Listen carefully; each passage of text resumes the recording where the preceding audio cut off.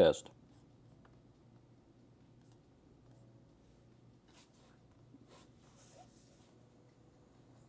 Hello.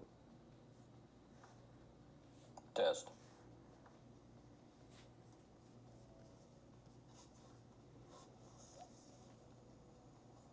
Hello. Test.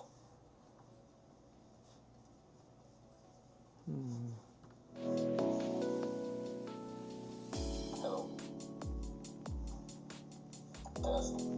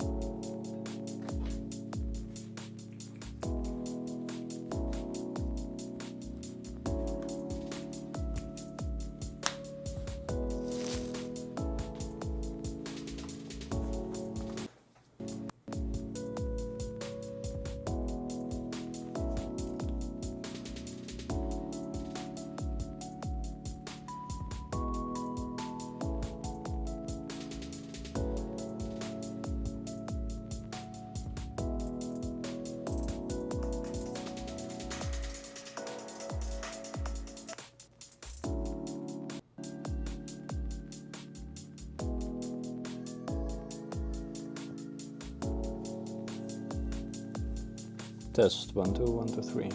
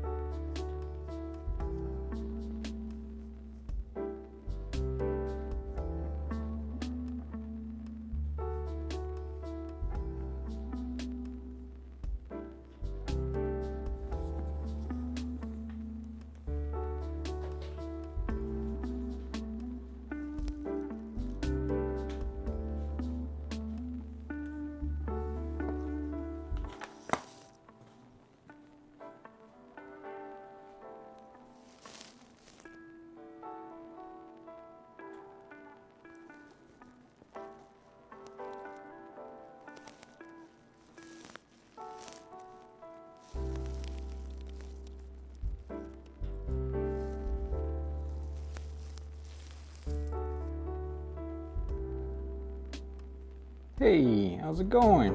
I'm just trying to figure out the streaming thing.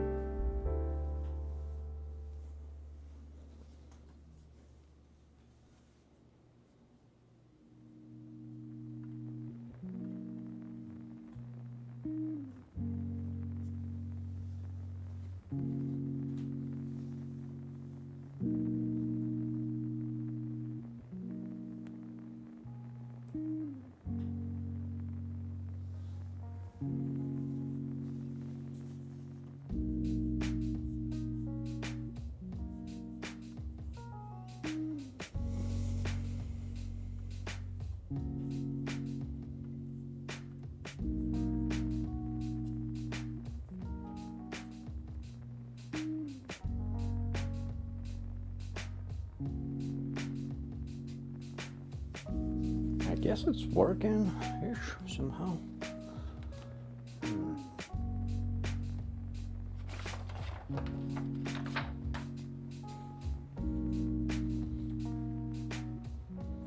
Well, keep it like this.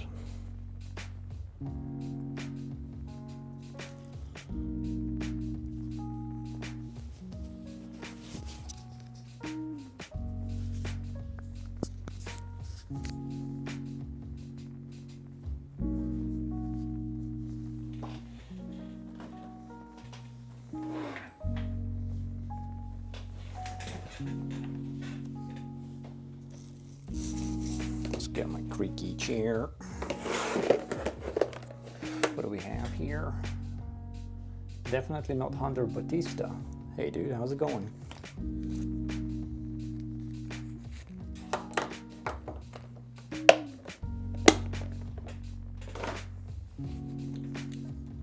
It's time to finish the Lo Miqing.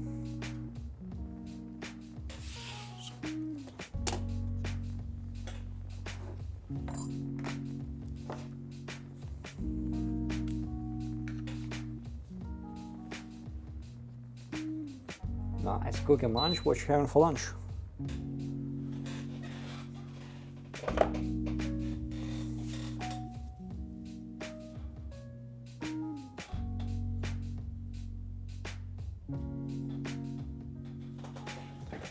think I'm gonna have to find another chair. This one is way too creaky.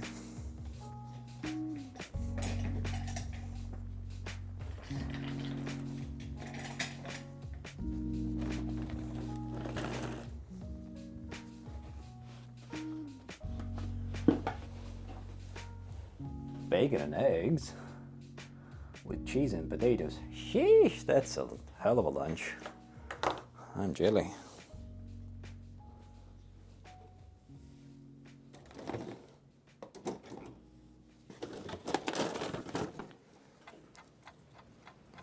Okay, let's find the runners that we need. That would be for the weapon.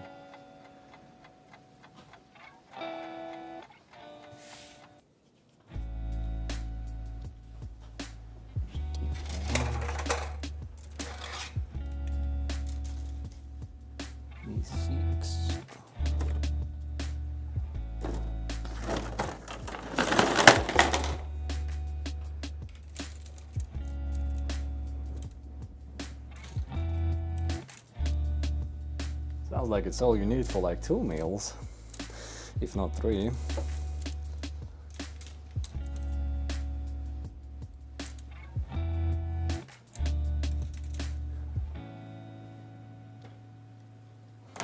So who am I to talk? I had 2 pizza slices for breakfast, so definitely not the healthiest either.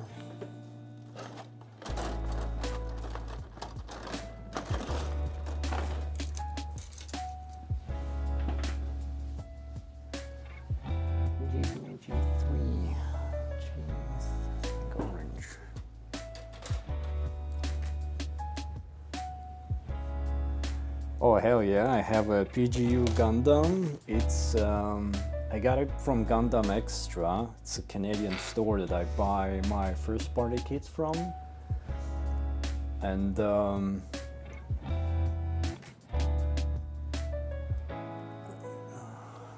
I think they shipped it out yesterday.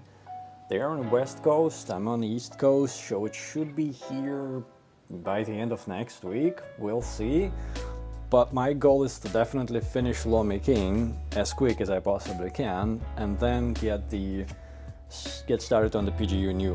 The problem though is that right now I don't have a camera. I sold my old camera this week, early in the week, and my new camera was supposed to arrive a couple days ago, but it got stuck somewhere in transit because of the extreme cold or whatever. So even if I finish Lo Miqing quick, I have nothing to shoot it with except for my phone, which is a bit of a downgrade. So we'll see. Chances are I might be building PGU new at the same time as I'm filming this, which is a bit of a mess because I use the same desk for both activities. We'll see how it works out. But it's definitely going to be my next build, that's for sure. PGU new, I cannot wait for it. I did not get the, what's it called? I didn't get the Bandai's own LED set because I absolutely despise Bandai LED sets, the batteries and all that stupid stuff.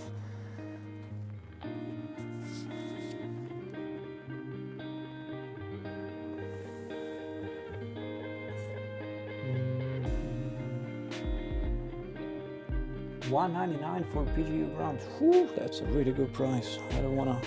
I think in my PGU video for the grams, I did roughly sum up how much I spent on it, and it was way too much.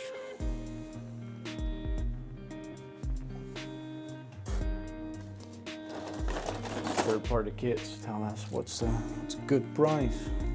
Bandai is not always a good price.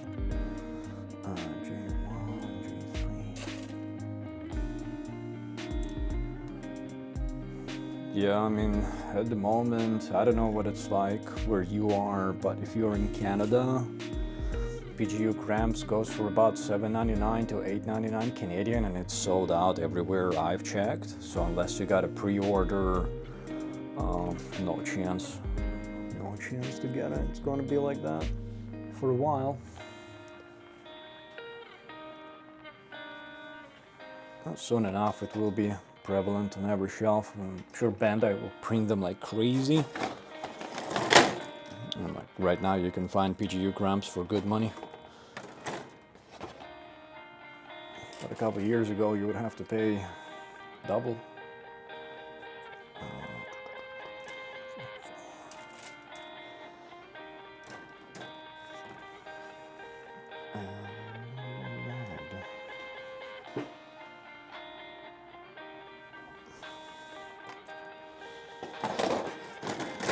Dude, Lo Miqing has so many runners. Yes.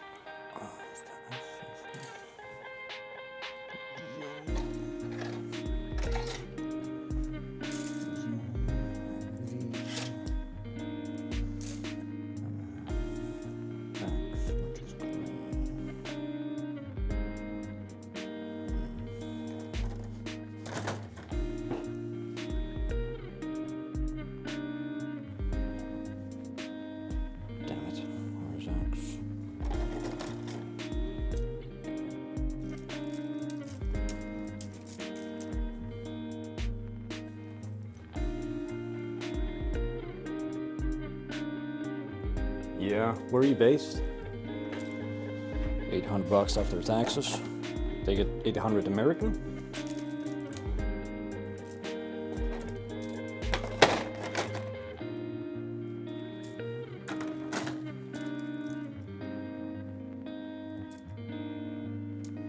How is my ex-runner?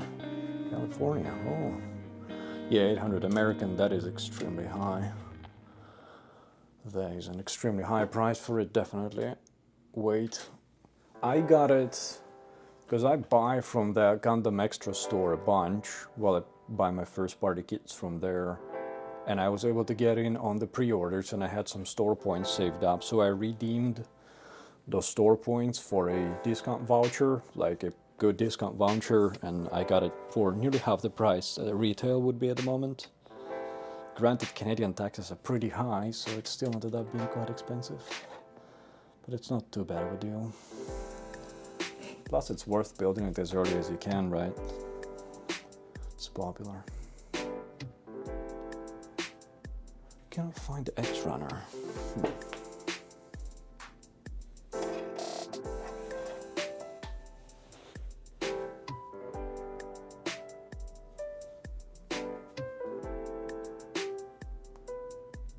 Tell me about the deep backlog, my friend. Tell me about a deep backlog. I'm afraid of opening up my Excel spreadsheet that shows all my kits. How many of them are still to be built? It's triple digits. Pile of shame. Entire storage unit. And instead of building more, keep buying more. And this year looks like it's going to be the year of the Barbados Gundam. There's so many of those Barbadoses.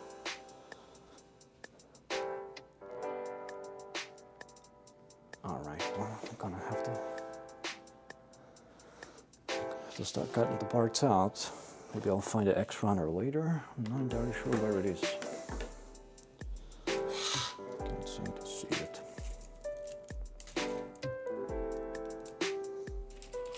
Right on. We have what a third party. They have two third party 1/100 scale kits. There is 1/60 scale kit.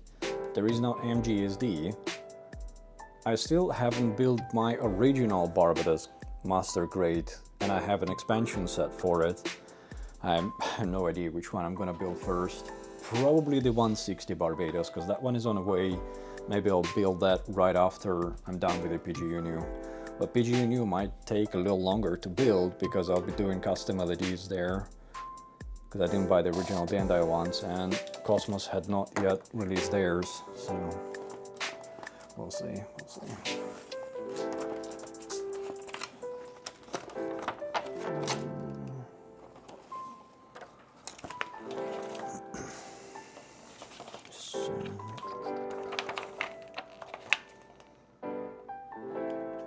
Do we use all of the U parts here?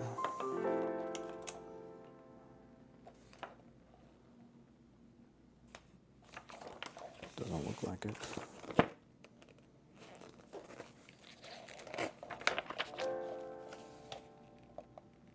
$135. Hey, welcome to the chat. I'm not aware of that one. I'll have to Google that. $135. That's humongous. How much is that?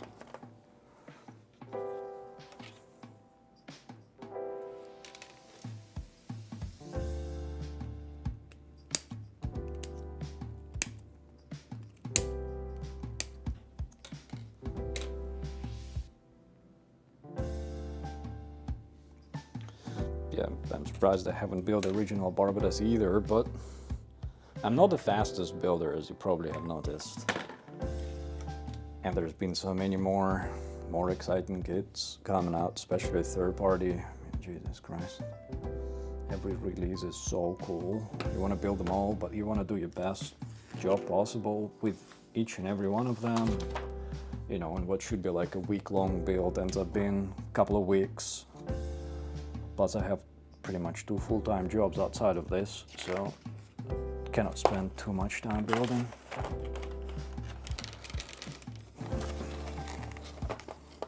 But that's just excuses. We'll get there eventually.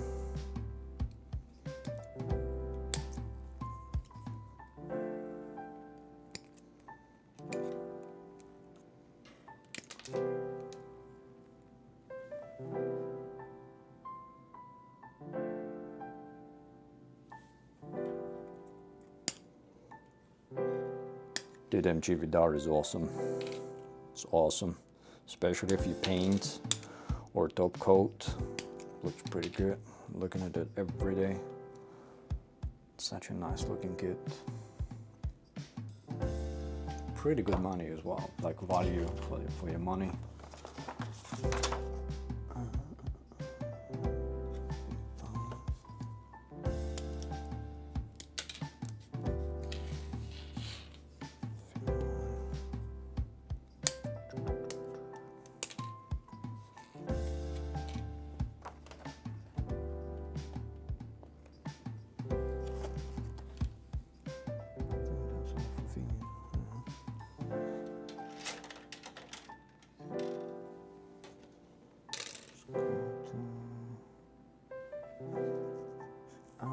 Is just hands, and I've done all of them in one go before. Okay, well, that makes sense. Yes.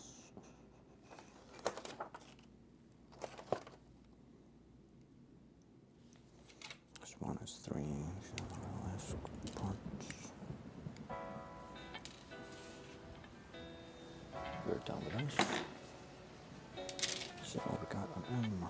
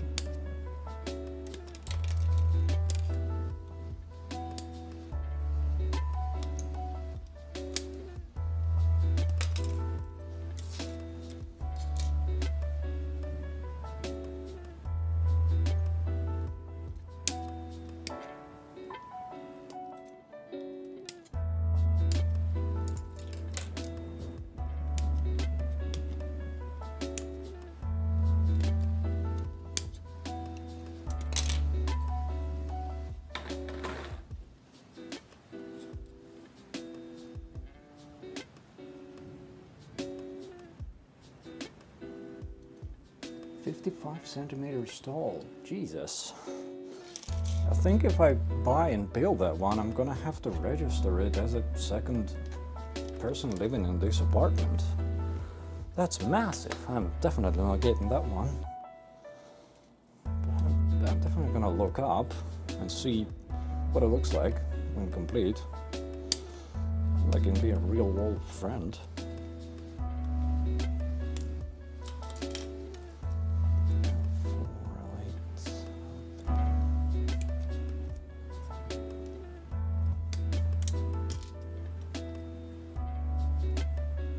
Peeps watching, hey, welcome to the stream. Hope you're enjoying. I know the video is not the best quality. I'm just trying to use my GoPro that usually records the time lapse to capture the video for the stream at the moment. But from what I can gather, it looks like a potato. So I guess I'm gonna have to find a better camera for the streaming.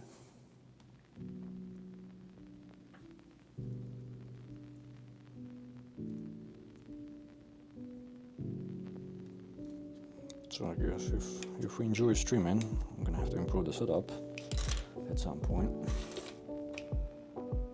But for now, we have what we have. Hopefully you can hear me well. Hopefully the music is not too loud. And if you have any questions or comments, please do share in chat. I'm gonna stream for a few hours. Hopefully get the weapon built.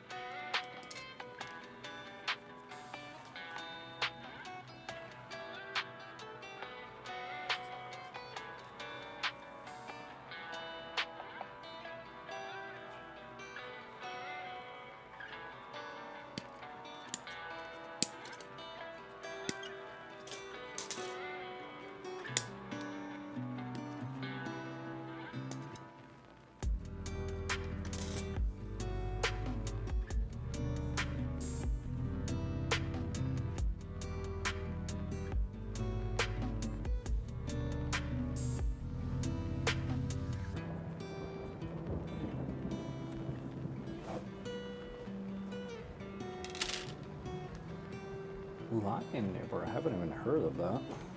Gonna have to Google that.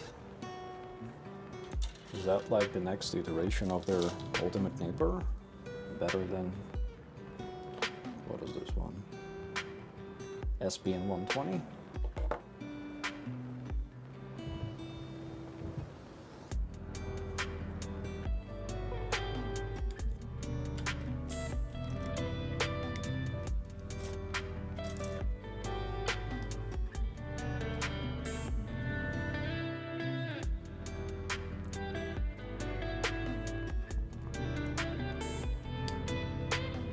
Step above.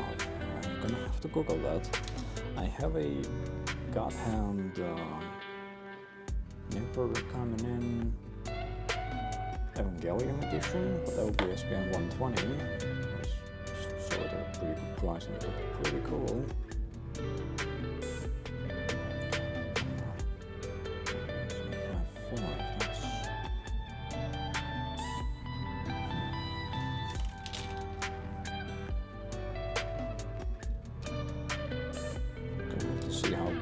Be that much better. The original SPN 120 is already fantastic. Not entirely sure what else could be improved. We'll see if it's something really interesting and improves my workflow. I guess I'll give it a whirl.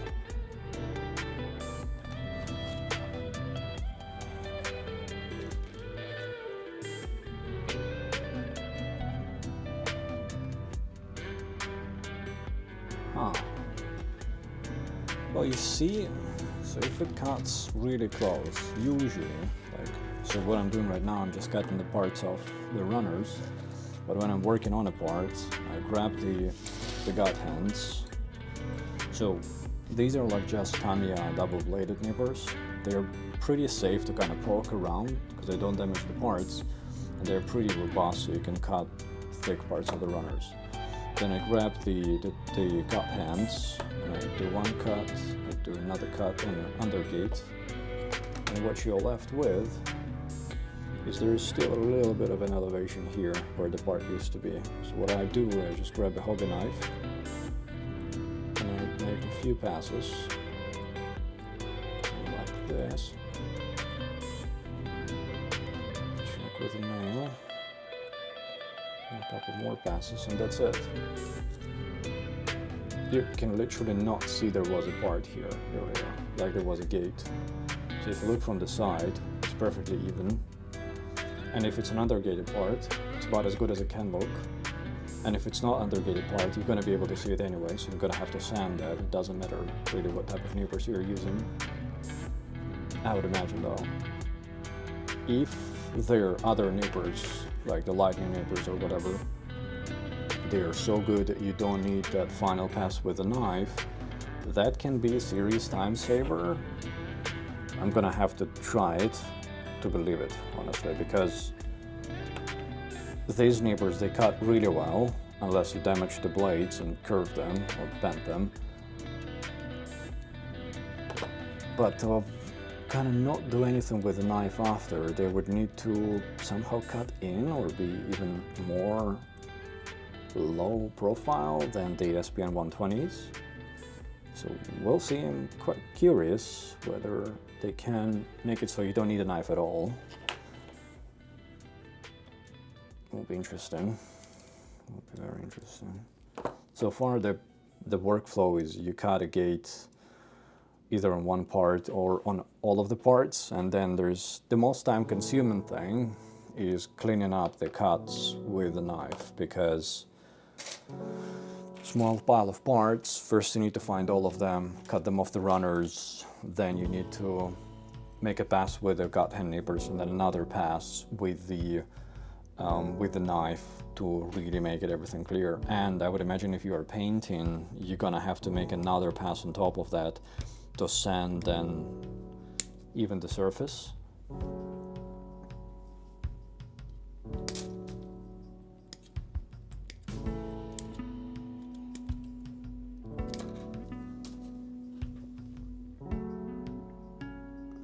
DSPA 3.0. I think a friend of mine has that, and they were quite happy with them. I don't think they had any complaints. Though I believe they ended up buying gut hands recently, so I guess it was an upgrade for them. 3 big snipper. And do you then use knife after you've done your cuts with even your like final nipper, or do you just go straight in, or do you file or sand?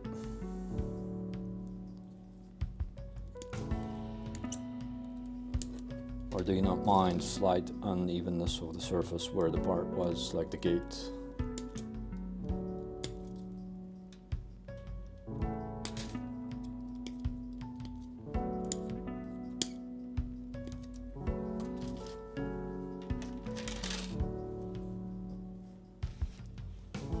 Glass, yeah, same. I have razors here. So if it's something that's visible, cannot be easily fixed with a knife, then gun primer razor comes in, or even the sanding sponges if I really want to go at it. But you see then that Liqing nipper has to, I guess, make it so it takes less time to prep the part or something like that. And the original gut hand already does a pretty good job, so the Liqing has to be really, really, really good. Or something special. Also, quite curious now.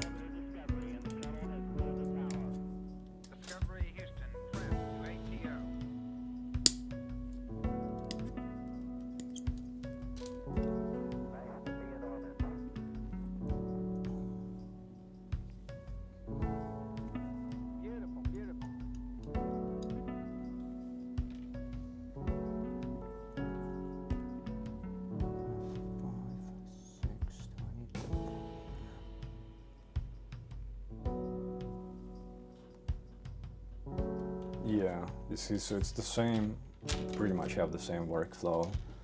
You use a rough nipper, then you use final touch nipper, or use your rough nipper to do final touches, and then you use either a knife or a glass file, or both. So that Liqing, if that Liqing thing makes it so I don't have to use a knife, might be worth investing into.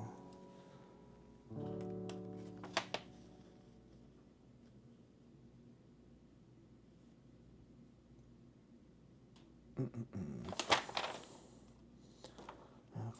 6. Where the hell does that part go?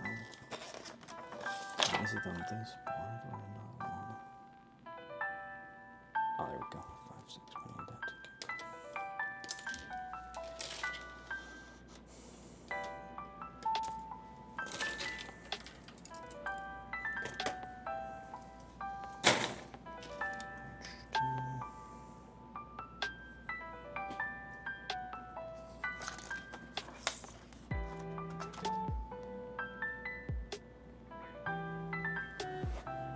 Oh, interesting. So there already are reviews for it. I'm gonna have to look it up. I'm definitely gonna do that later today.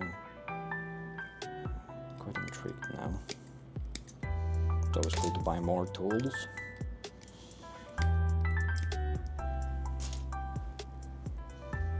Who doesn't like tools? V9. Already cut up. Cool.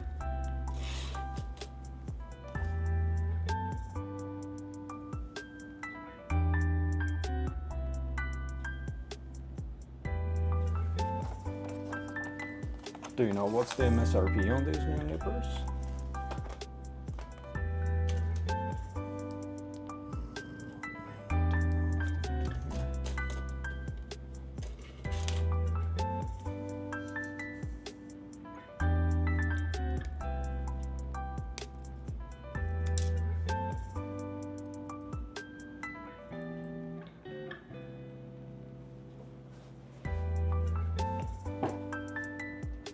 Check the battery status and stuff. Still have plenty of battery. 60 US. Probably gonna be around 100 Canadian all in all. It's pretty pricey. Pretty pricey. Better be worth it. G23.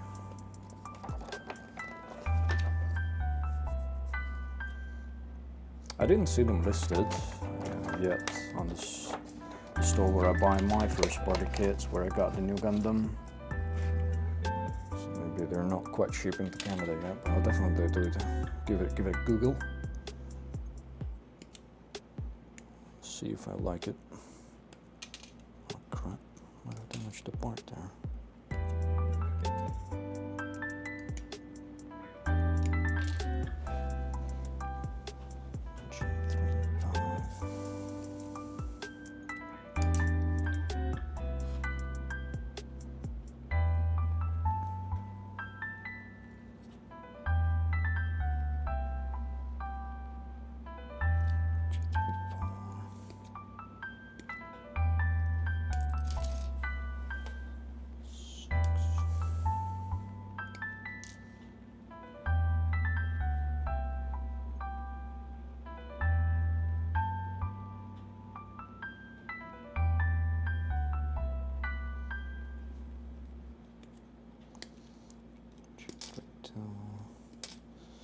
And we're done with G3 runner.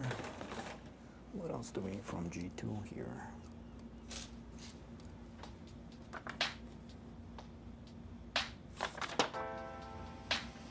I don't think I need anything from G2. There's only one G2 part. Oh no, there's more. Okay.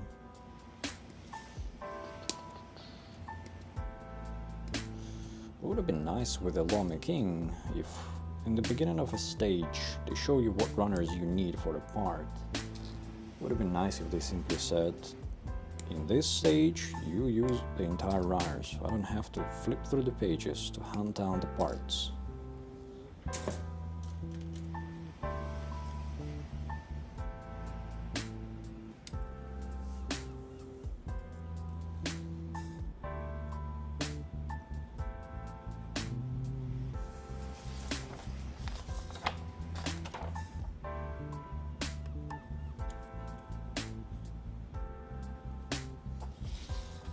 People with the tools as well, to each their own. To me, I tend to buy tools not because I'm trying to spend more money or something like that. It's rather if it makes my process more enjoyable or comfortable, then yeah, why not? If it also helps with the filming, that is also something I consider investing into normally. E7, 1 and 2. Alright, I guess we need the entire 7.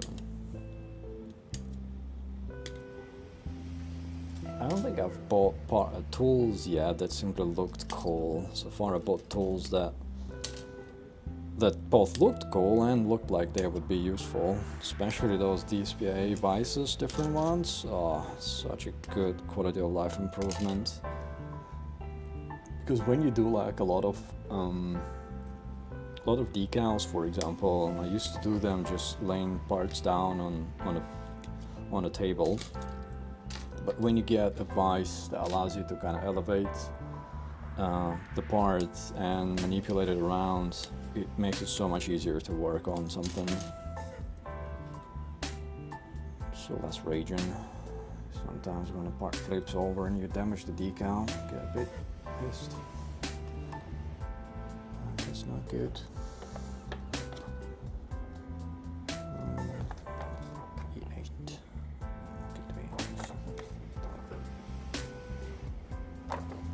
I saw the price of some of the MadWorks tools where they do the scrubbing and stuff like that. That's like an entire league in and of its own.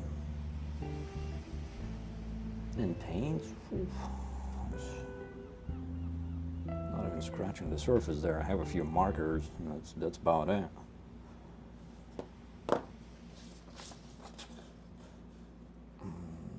E7, 4, and 6. Do I need them here?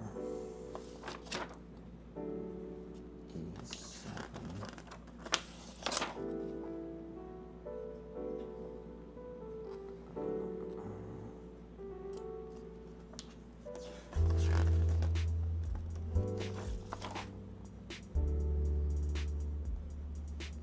There we go. We don't need them.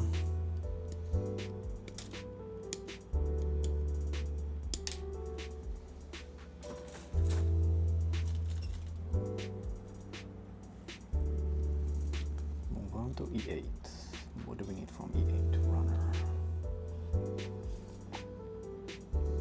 Nothing on this page.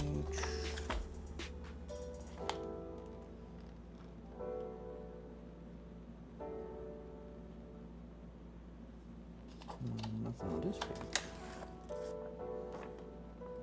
Something on this page. 4 and 8. Okay, where is that? 4, 4. 8.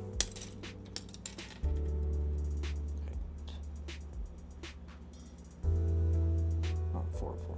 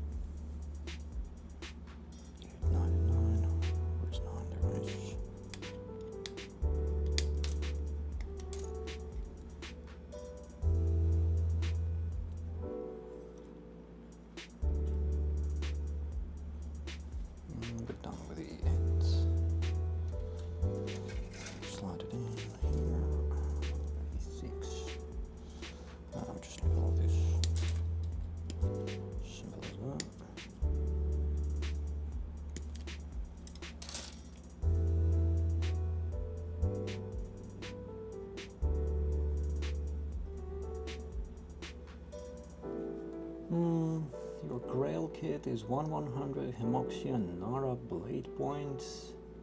Can't pronounce that word. I know the brand. Like, I have a couple of kits from them, but I have not heard about that kit. I'm gonna have to Google that too. My Grail kit? I don't know what my Grail kit would be. Been fortunate enough to buy quite a few of them and build them already. But if I was to consider what would be the kit that I don't have that I would like to have,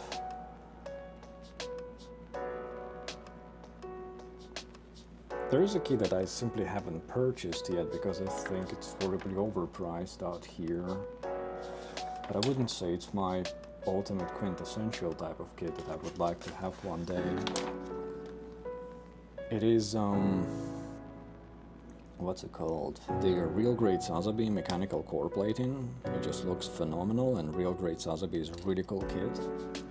I have the regular Real Grade. It was one of my first builds, and I had it top coated in gloss. And I used stickers that I top coated over, so it doesn't look the best in retrospect. And I did revisit it about a year ago, something like that, running custom LED into the effect parts on the rockets. So it looks not too bad on the shelf, but I guess with my current skill set, if I was to get that, play around with it, give it some custom LEDs, would have been nice. But I could buy it if I really wanted it. It's just really overpriced, especially in Canada.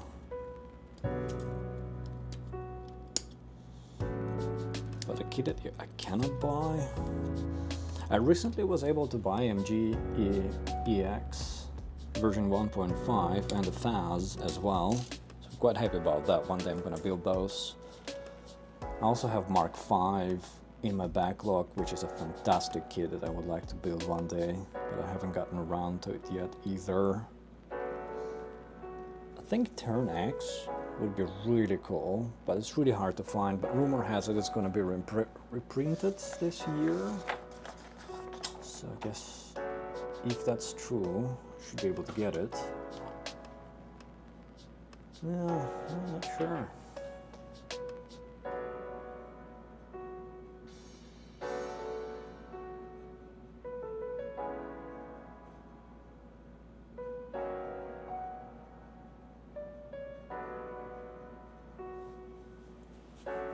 You grab the tool for less than the price of the standard edition on sale for 60. Which one is that? Which kits are you talking about that you grab tool for less than 60?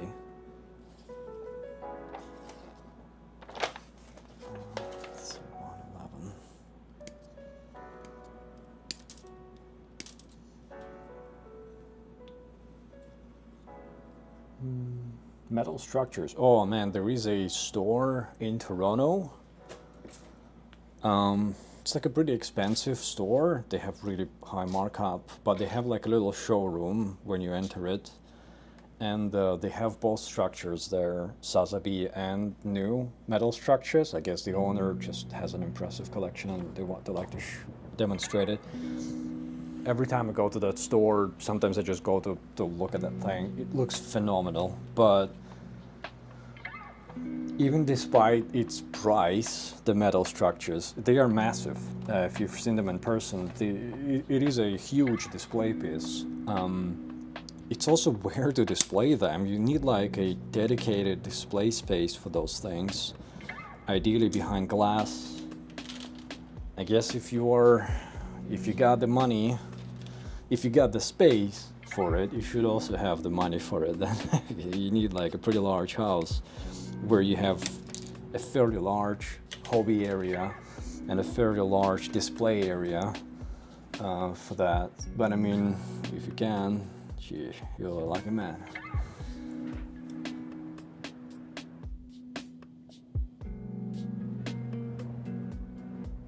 But yeah, if I could get those, oh, I would love to have them. Just like an inspiration piece, and just, you know, look at them now and then. They look amazing. In that store, every time I look at them, it's next level, just next level stuff. Those metal structures.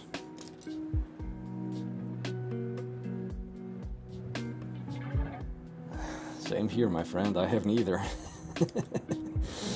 I haven't built that many kits, and even at this stage already, I'm starting to think which ones I'm gonna have to bag up and put in storage or something like that, because as I continue to build, I'm starting to slowly run out of space in my apartment. So, and I already have a bunch of display shelves, you know, entirely normal for an apartment to have that much storage around it.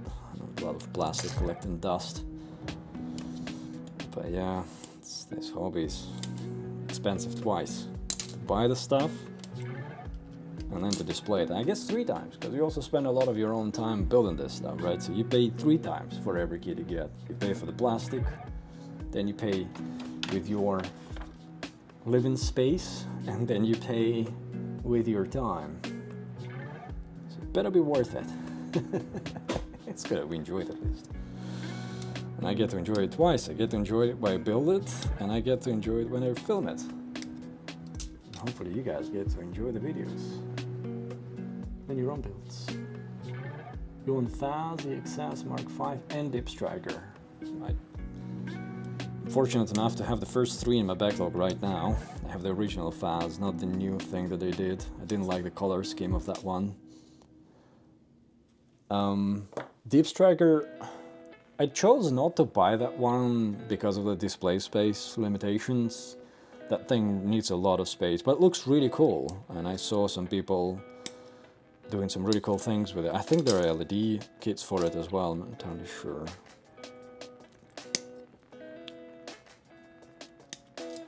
It's the same for like Neo Xeon. That thing is ginormous. One day I'll have it though, one day I have it. At the moment I have Neo Xeon SD, which looks pretty cool, but you know, get to have Neo Xeon in a small version.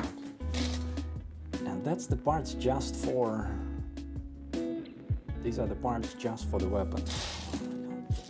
This kit has a lot of parts. A lot of parts. Alright, let's start cutting up with the god hands.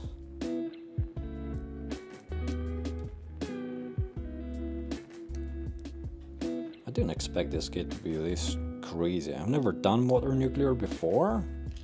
And when I saw this on Gundam's website, I was like, hey, you guys have a review copy for this one? They're like, hell yeah, send it to me. And I did not expect how large the box was gonna be. Should have looked closer into it. But it's a lot of parts.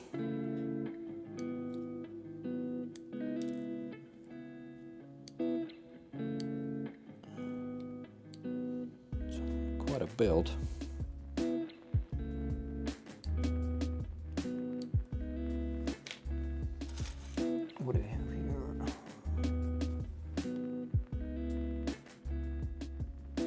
Oh, you've done Psycho Zaku, nice. That is an awesome build. Did you do anything custom with it or out of the box build?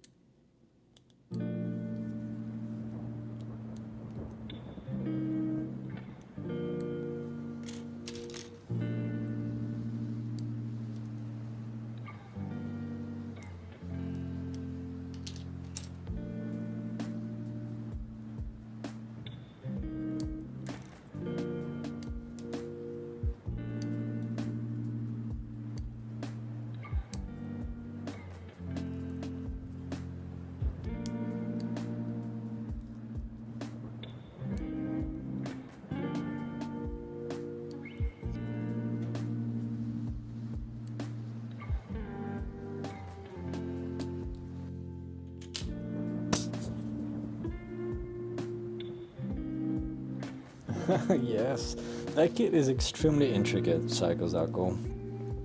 I was looking at it the other day, and I have to admit I looked at it several times in the past. So far I've been passing on it, but I don't think I can do it justice quite yet. But every time I see someone build one, I'm like, oh, one day. To me it feels like one of those Bandai kits that you have to be ready for it.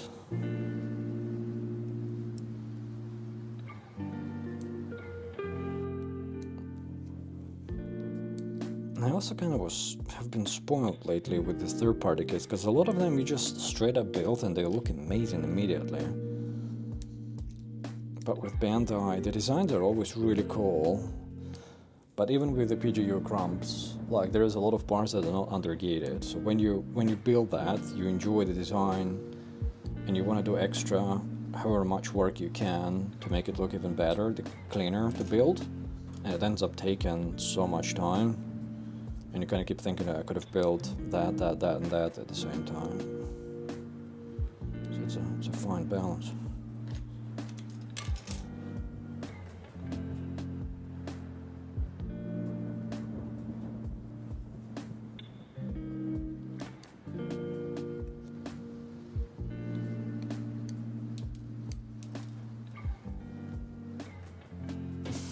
Speaking about losing parts as you build, it happened to me several times, especially early on, because I fairly quickly in my building tool set I got this DSPA vacuum, and I think I had another version of a kind of desktop vacuum before this DSPA one, and what happened several times is I would work on a part or on a build, and I would vacuum up the knob marks and the remaining gates, and I would always discard the vacuum storage thing into the trash bin. Several times I ended up throwing out actual parts like that. So the lesson it taught me there is to discard those knob parts from the vacuum into the kit's box or something like that. So until I'm done with the build, I don't throw out any of the knob marks, otherwise I might end up missing parts again. Just a little lesson there for me.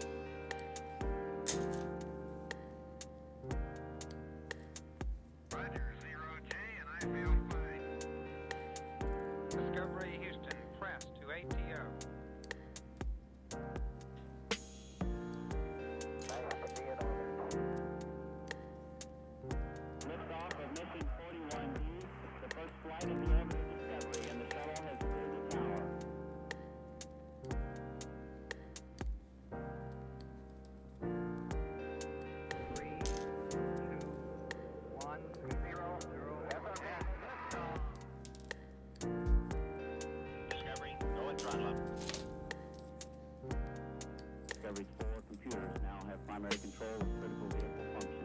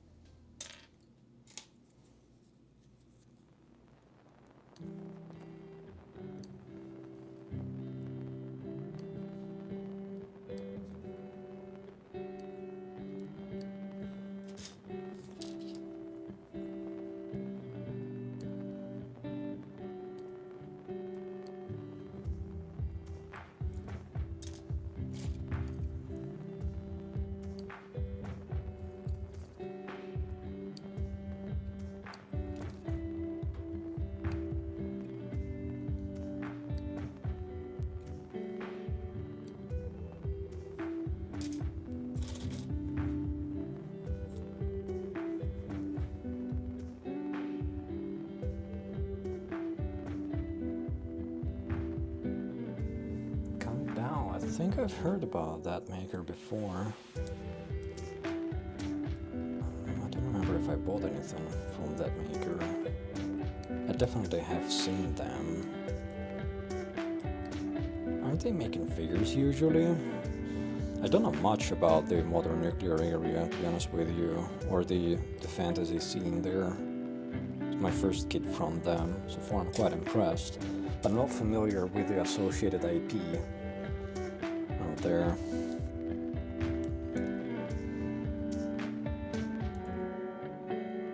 Calm down. Rings a bell.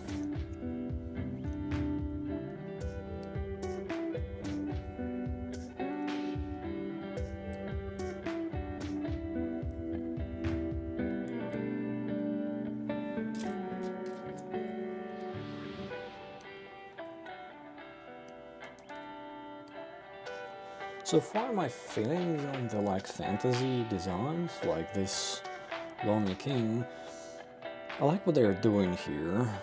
To my taste, we'll see, I'm still deciding whether I like this or not. The build quality is supreme, there's no doubt about that. The parts layering, the fitment, everything is really good. The design element, it seems to lean more towards softer curves, like fantasy design. rather than the mechanical aspect of some other designs, I tend to lean more towards mechanical brutalist design.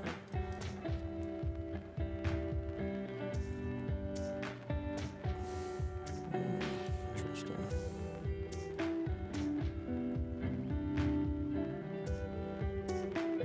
So I'm not sure if I'm gonna do many more modern nuclear kits.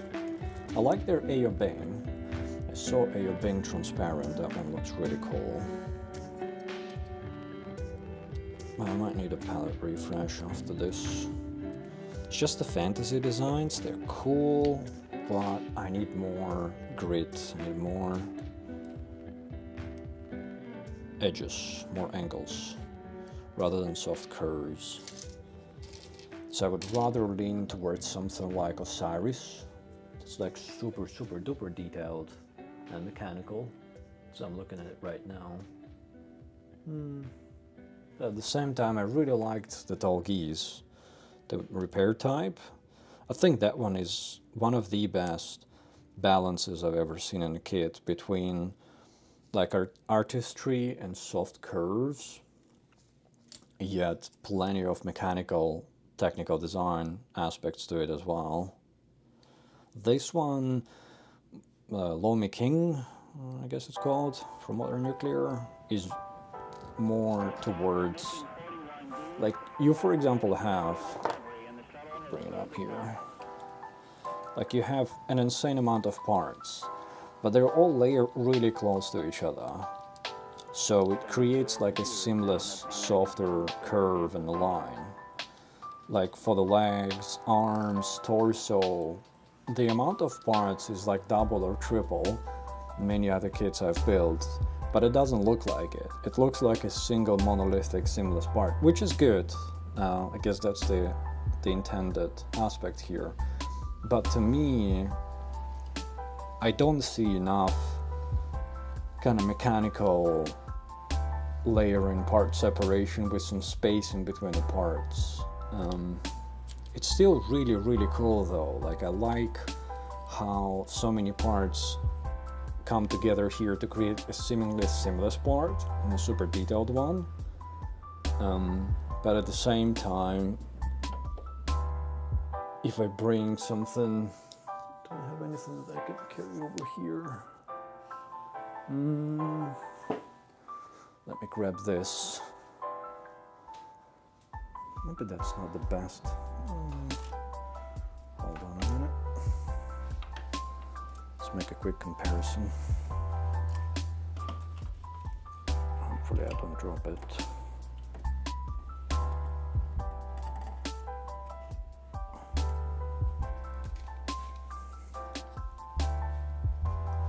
Like this. If we look at in-era Lizard, this has way fewer parts than the Modern Nuclear kit, but it's way more mechanical, it's way edgier in the design. And there is that balance between curves, like softer curves here and there, and mechanical design and separation. And I even, like, what I don't like about this kit is these parts, because they look less mechanical than the rest of it.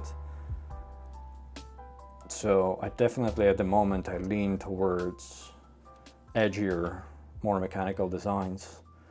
And in-era, oh, sorry, not in-era, but Modern Nuclear leans towards softer edges, which is really cool. It's definitely the experience I've had before.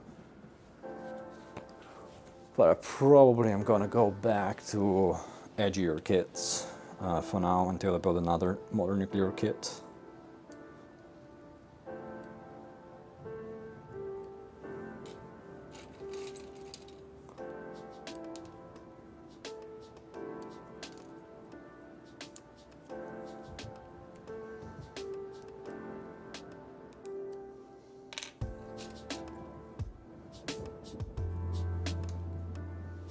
Industrial designs.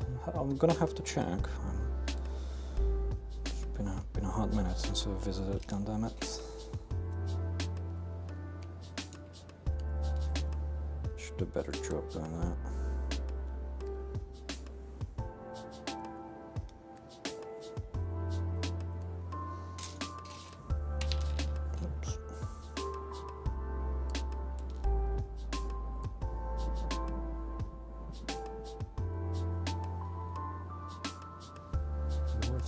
Hi. You mentioned so many kits, guys, that I have never heard about before. Gonna be a lot of research after this stream. Let's see if I place new pre-orders.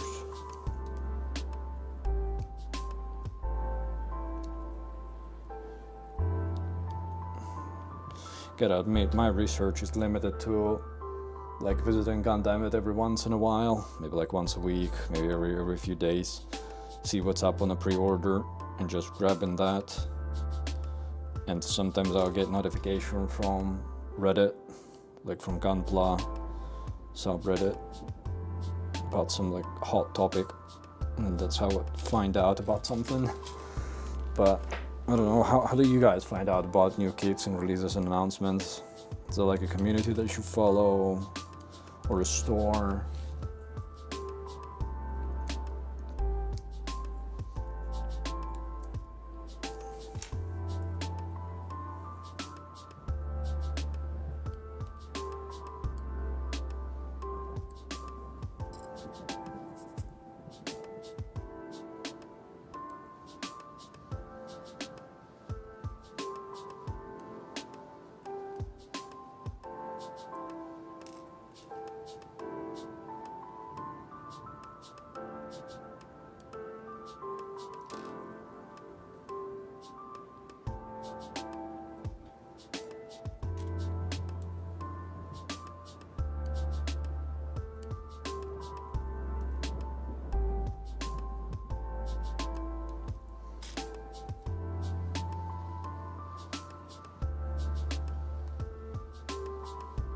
Interesting.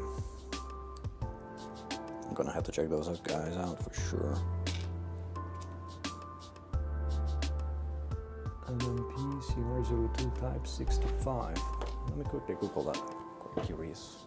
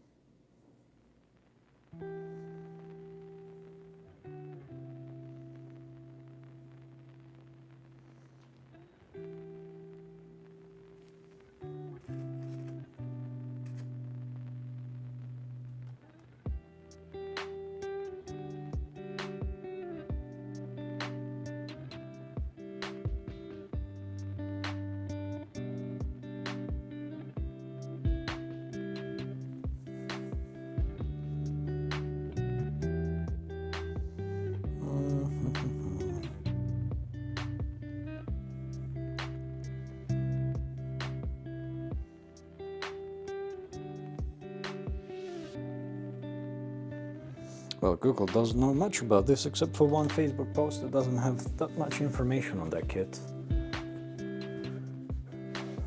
I'm gonna have to do a bit more research after the stream.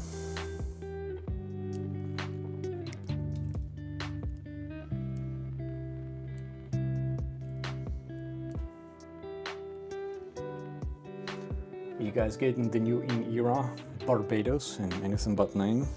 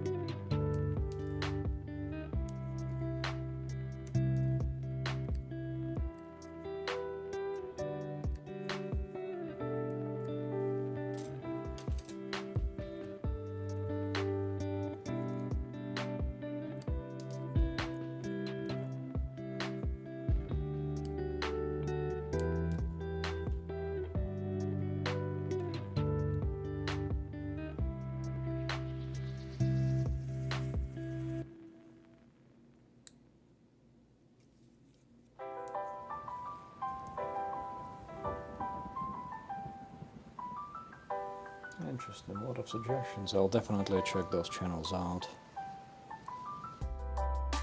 to be a bit more in the loop of what's happening in the mecha world.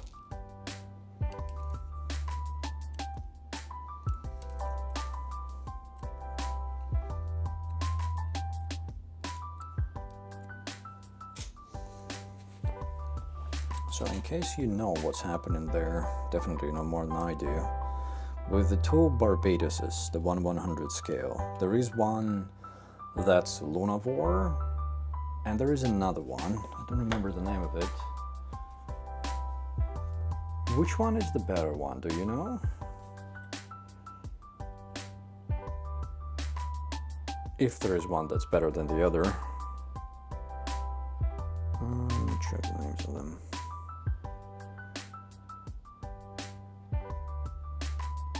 So there is a Lunavore, and then there is a Wolf model, I think. Yeah, Wolf technology. Is there like one better than the other, or is it the same stuff? And it doesn't matter which one you get. Plum Frenzy. I'll check that out as well, thank you.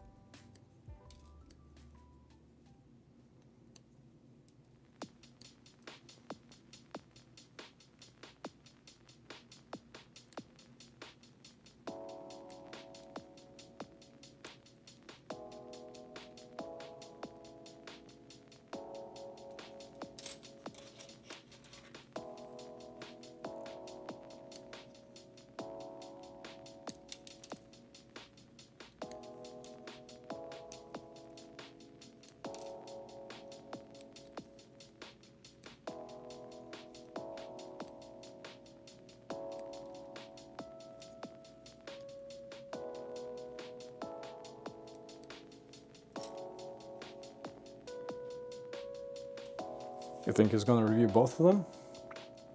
I noticed that guy was doing a bit more third-party kits as of late. And he's getting them really early. He's got connections. So the cool channel. One of the first ones I found when I got into the hobby. It's pretty chill. Seems like good people.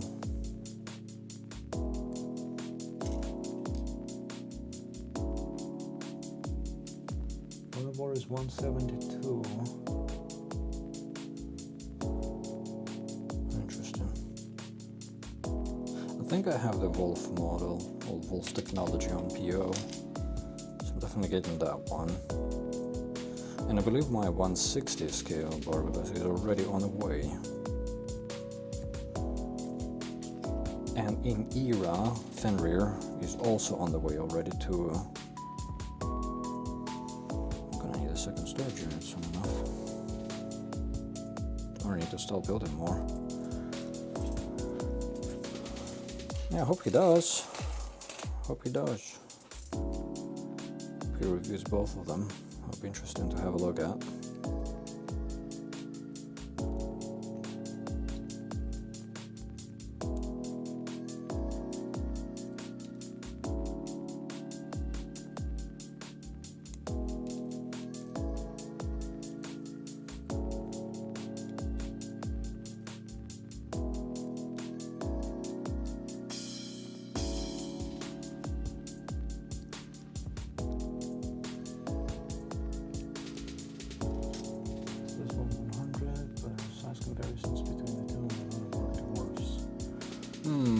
Interesting.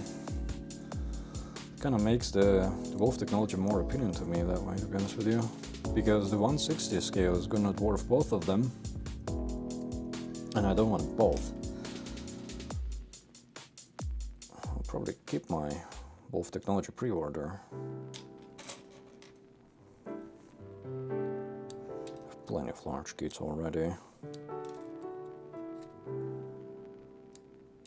Oops.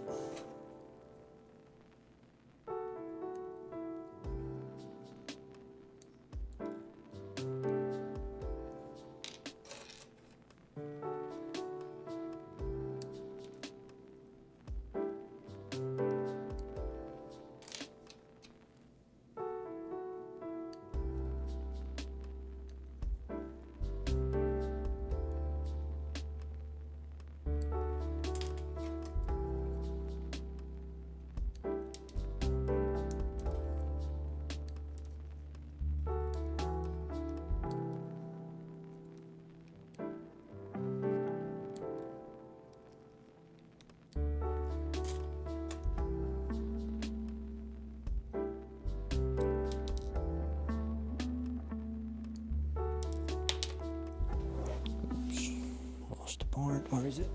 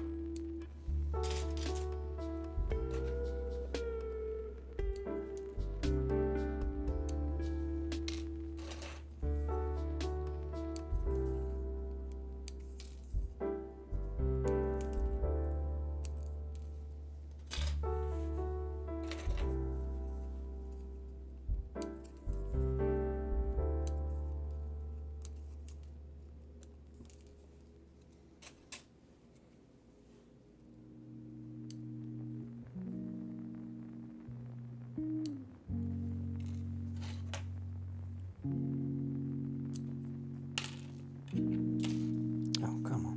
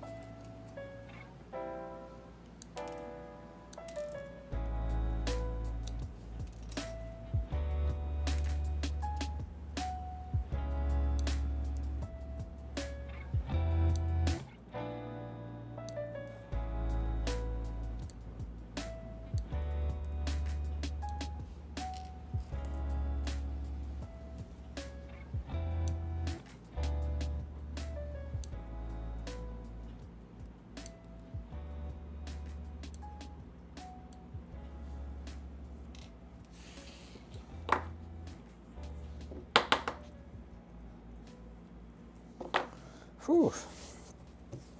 Done with the nippers, finally. Just need to clean it up a little bit. Then knife work. Excuse the noise.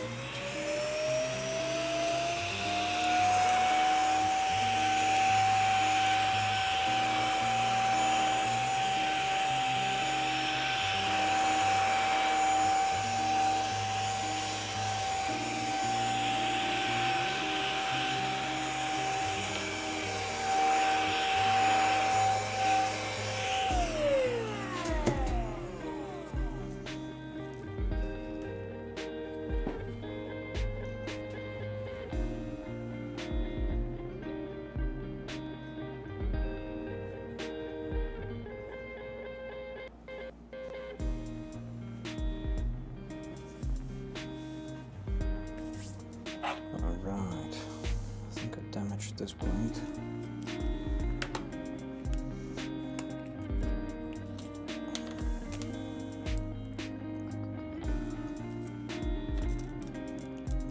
Spare points here.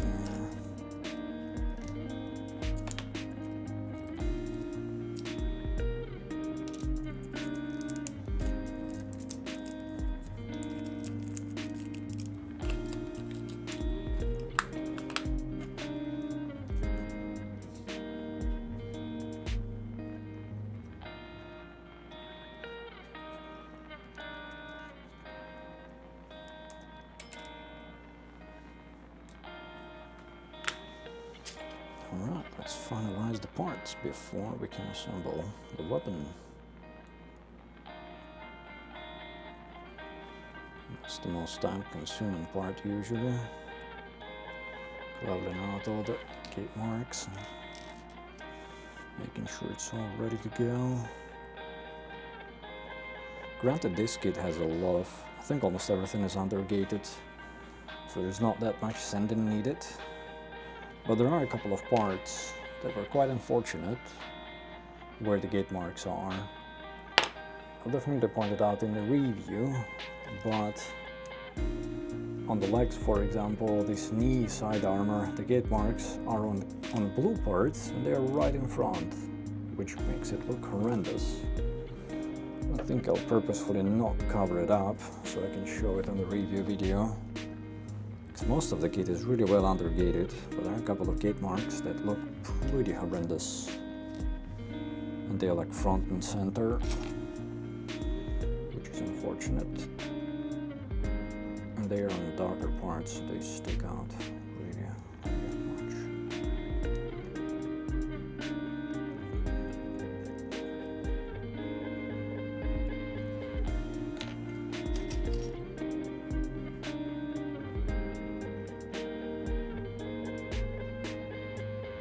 What head? I do not know yet. Right now I have the head with the mask on. This one, I think it's the most aggressive looking head of the options. Then you have this head that has a very weirdly shaped nose and like a grimace. Not sure I like that one. And then there is a replacement mouthpiece that looks better, but it also has a nose, but it's less weird than that one. I'll probably leave the one with the mask because it's the most aggressive looking one. More my style. I really like the idea of replaceable headpieces and masks and modularity there. I would have liked more variation in this particular instance. Great idea, execution maybe could have been better. And also the crown piece, it's fully plated plastic, but the way it's undergated actually makes it worse. Because the front of the head goes here, and you can see the gates immediately on the sides.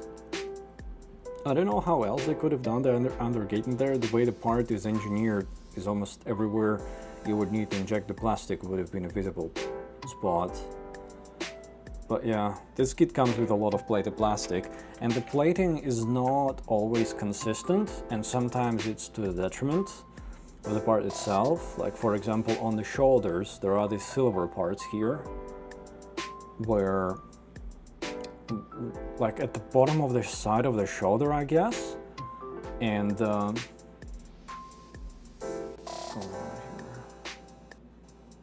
I thought the stream broke for a second. So this silver part, it's not totally plated, so you can see the bare gray plastic in the corner.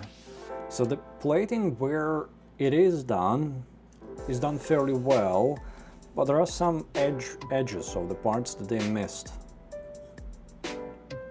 And it doesn't stand out too much, but if you know where to look, you will find it. And it has the same, this kit in general, it's gonna have the same problem as Master Grave Vidar, where the design is really cool, but the overall reliance on the darker color plastic makes it so it doesn't look incredible unless you decide to paint or top coat it. But the way you make color plastic look good is you give a texture on the finish, which would have increased the price of the kit, I would imagine, by quite a bit. But that's the difference between cheap looking color plastic and expensive looking color plastic out of the box. In this case, there is very little bit of texture, so it's not as bad as it could have been, but it's not as good as they could have done it with additional investment, I guess. So it's a bit of a mixed bag for me for now. Like the light blue plastic has more aggressive texture than the dark blue plastic. So the light blue plastic looks better, but also because it's a lighter shade, you see imperfections less. Like dark plastic on the model kits is pretty much by default a sign that you're gonna need to put extra effort into it. So lighter plastics let you get away with out of the box build pretty much as is. Maybe panel lining to add some separation to the parts visually. But on a darker plastic, if it's not a super duper high quality plastic out of the box with some textures and really good color, really your only options are painting or top coating to give it better finish. And that's not just for third parties. I mean, the PGU Gramps have just finished and released the videos for.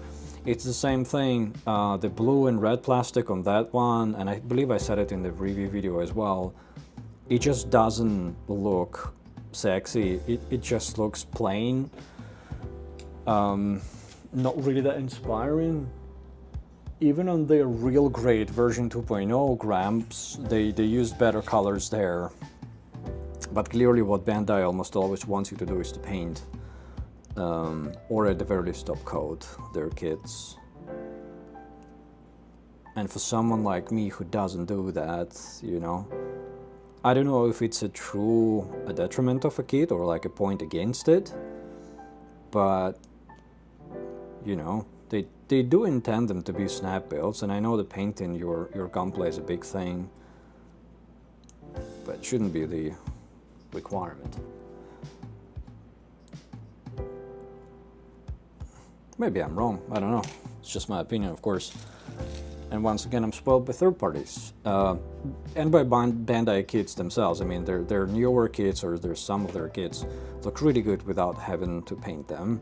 But at the same time, some of their new kits clearly require you to paint them. It's hard to know sometimes, looking at the videos, until you get it in your hands, and you're like, alright, well, this doesn't look all that good out of the box.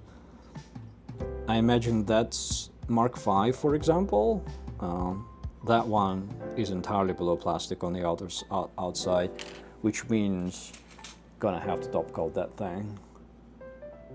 Prefer masked head? Yeah, I think the masked head is the best. I think masked head is the best on Lo Miqing.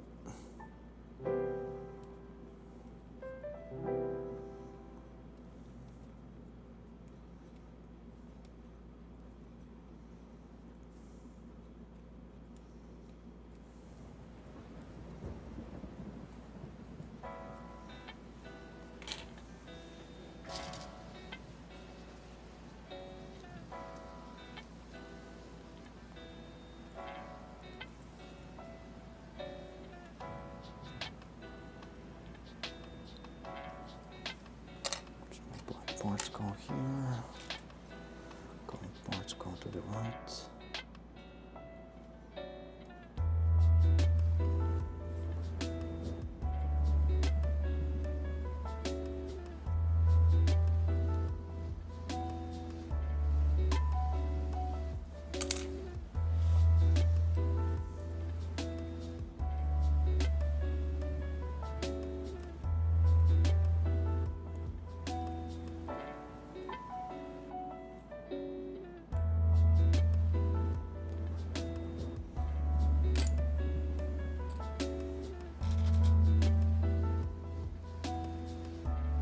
So are you guys building any kits at the moment yourselves?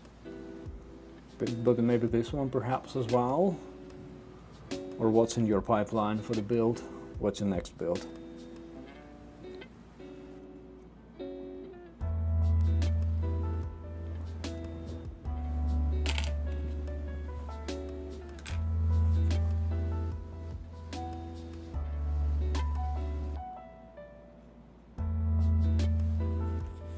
Yeah, I agree. They do make different versions of kits, absolutely, and it's the case with Bandai and with third parties as well. Stargazer, I think, was the name of the kit. I built it. It's one of the earliest builds on the channel. They made a lot of recolors of that one and special editions where they're fully painted. But what I mean is, like in Eero Lizard that I showed on a stream earlier. That one, even the default version, if you get it, the quality of the plastic is really, really, really good. It has textures, it has colors, it has shades. It's not painted out of the box, and easily rivals some of the Bandai's best. PG Strike Rouge. I haven't built that one, but I hope one day to find just the perfect grade strike. I really like the design of that kit. I like that it's lean perfect grade. It's quite posable as well, and it has that nice cool looking knife. I don't like perfect strike. And I like Strike Rouge. I saw it in person. It looks really good. Have you started already, or when do you plan on starting that?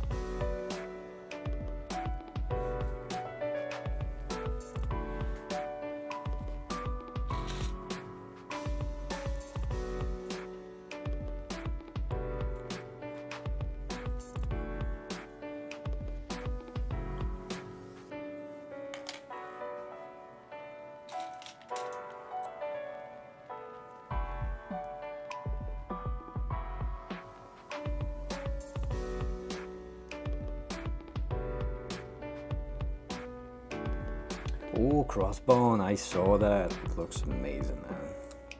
It looks really, really good.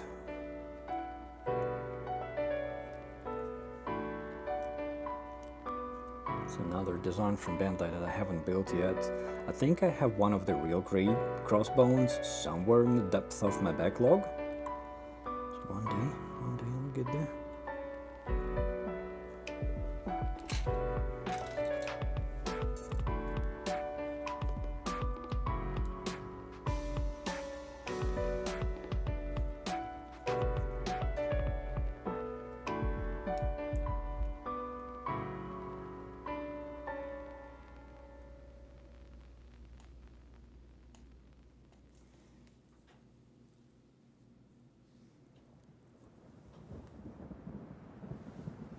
I know what you mean. I know what you mean. Being tired from work.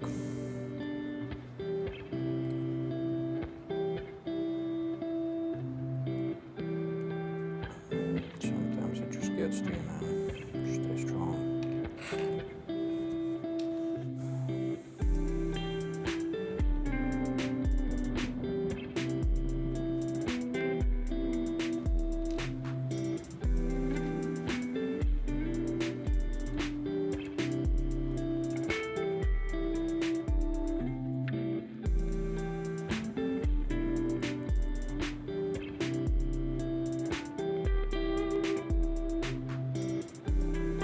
Pieces. Well, I don't know. To me, yeah, it's the same for one of my friends. They hate tiny pieces. To me, it's, I don't know, if there was, I kind of enjoy tiny kits if they're like really detailed. Don't like SD kits all that much. MGSD, enjoy them quite a bit. But I do like really small intricate designs. You know, extra enjoyment for me.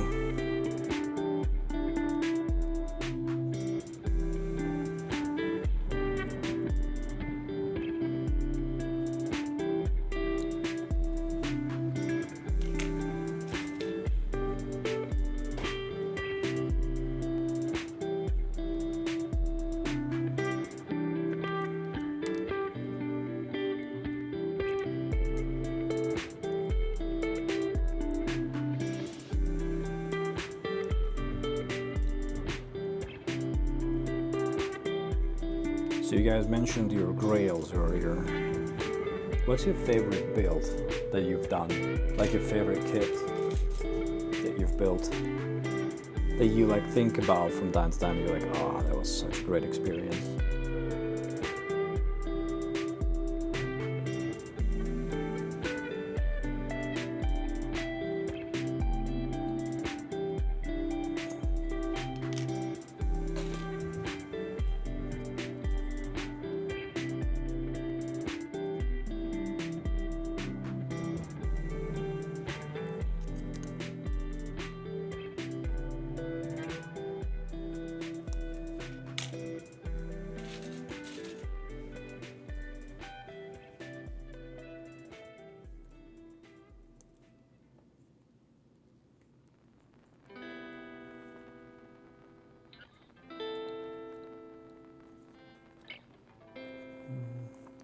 bit too deep here.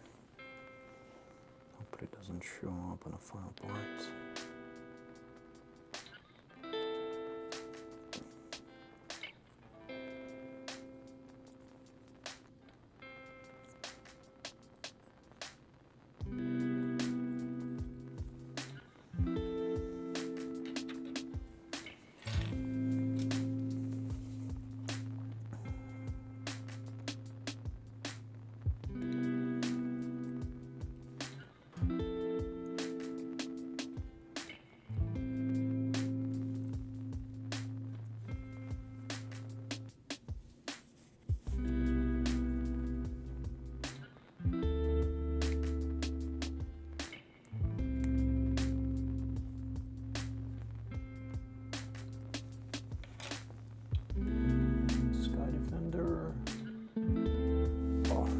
Sky Defender, absolutely, I could not agree with you more. That was the kit I would have used to answer that question, yes. I think I reference it in my videos, I look at it every day. It's very prominently displayed in my collection. Everything about it was such a phenomenal experience. The plastic, the guide, it's just, probably the best kit ever made. I'm not sure if anything can rival that. Whatever they do next, it's gonna sell out like hotcakes. Strike Freedom. Hated MG Victory 2 and Buster. Kind of aesthetically. Strike Freedom was a fantastic build. I did it last summer. Really good one. A bit flimsy though, I would say. Though I guess if you're using metal inner frame for it, you don't have that problem. I used the original frame, it was a bit flimsy. It was a great experience though. Though my experience with it was a bit spoiled by the fact that on that kit, the gate marks on the dark black plastic stand out quite a bit. And I think on the feet, yeah, on the ankle armor, around the ankles, they did not look super sexy out of the box, because the gate marks are quite obvious there. Just not taken away from the design is phenomenal. It's just the experience there was not perfect, at least for me.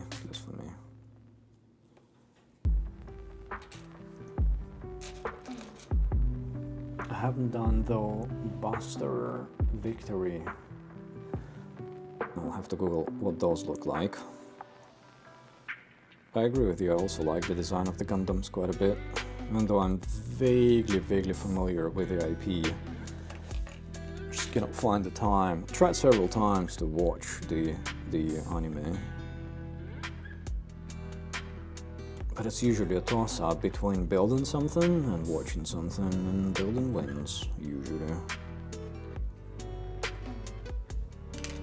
Tried watching anime like while I build, but you cannot split my attention like that. You really have to watch that. Because all the artistry that goes into the anime, just listening to it is not doing it justice.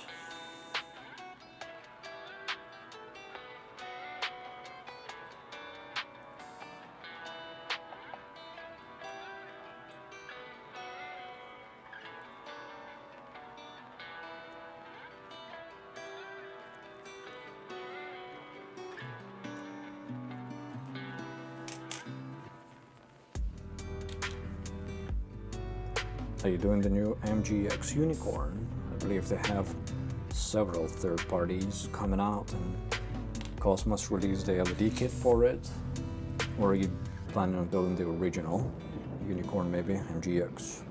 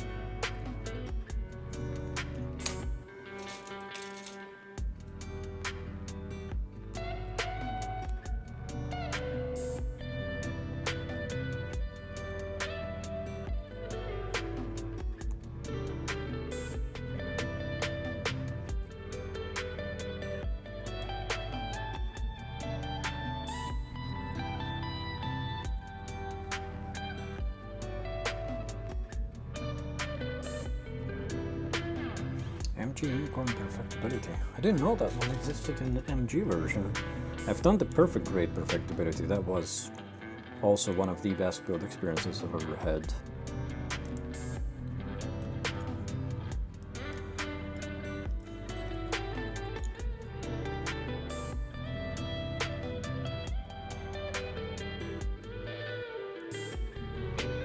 MG Phoenix. Ooh.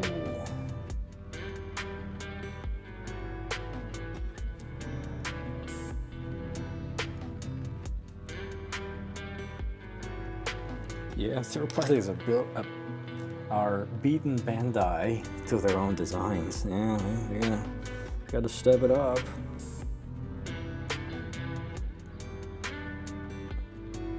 I mean, this perfect grade Barbados, if it's any good as a build, I think it is.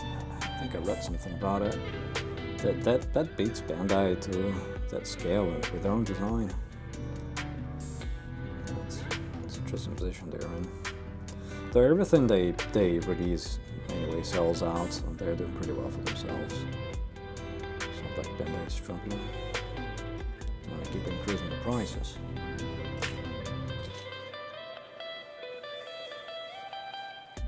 I think I know what would be my grail. I think your MG Phoenix, my grail would be the perfect grade Phoenix narrative. That thing is phenomenal. That thing is also very expensive.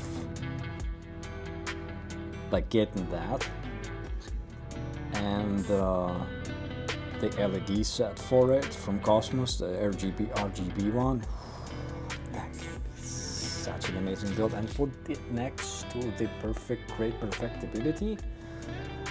Man, one day maybe. But that thing goes for $1,000 in Canada, easy, before taxes. If you can even find it.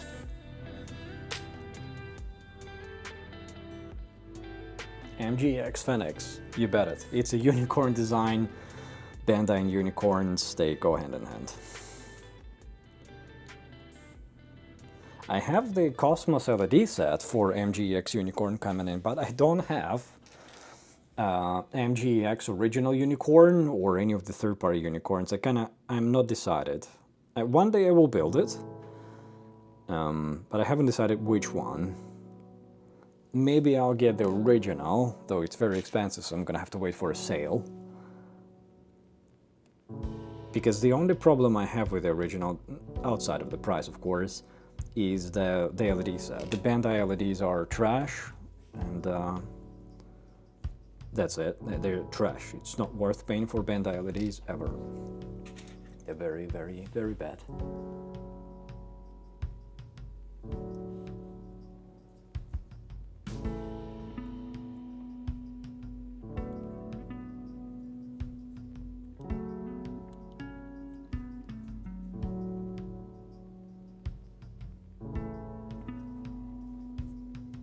We'll see if I can snag an MGX Bandai Unicorn at a good discount price.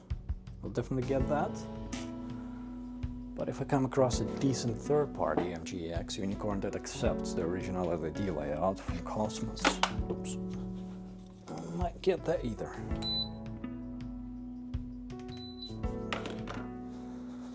Put on the fan on.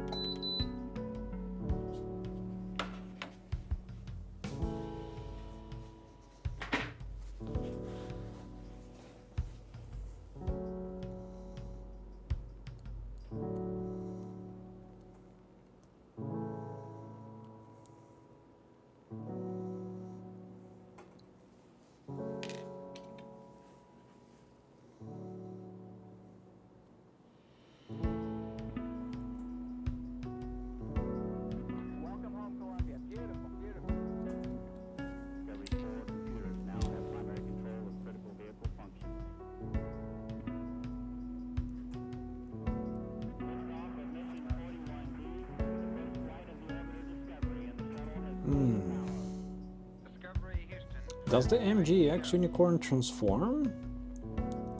Because I think the perfect rate, the perfectibility unicorn that I built, it transforms, which is obviously its main gimmick.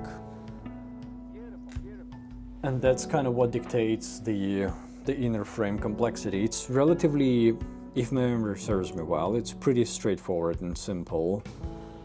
And all of the other side is white plastic simply. But I kind of enjoyed that in the perfect rate scale.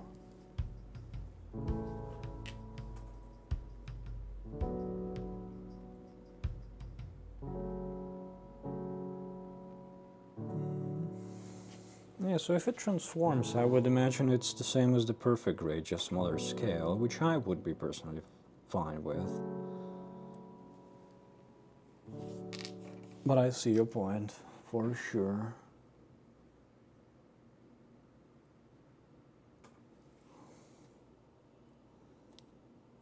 Have you guys done the Osiris?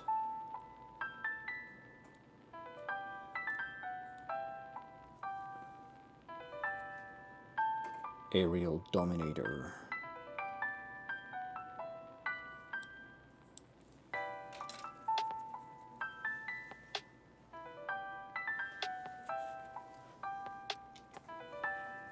To be honest with you, choosing between MGX Unicorn and MG Unicorn Perfectibility and choosing the latter is the right choice in my opinion.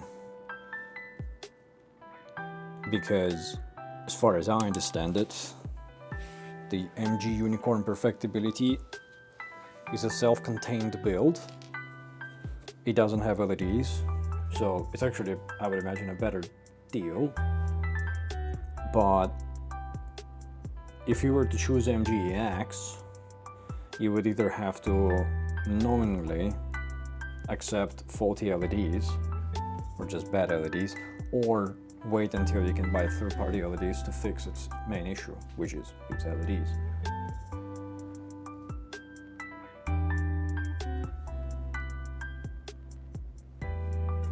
The anti-AMD MGSD, yes, I'm definitely grabbing that one. The MGSD Kshatriya looks quite interesting. Will be a buddy for my Osiris. But yeah, I mean, if speaking of super duper detailed Chinese kits, the Osiris is one of those kits. It is extremely detailed. It's very mechanical. It's very kind of brutalistic design. And it's a massive build as well. I remember it came in three boxes, 2 large boxes full of runners and third box for LEDs. And yeah, if you like super duper detailed kits, the inner frame alone on that baby is extremely detailed and very satisfying to build as well.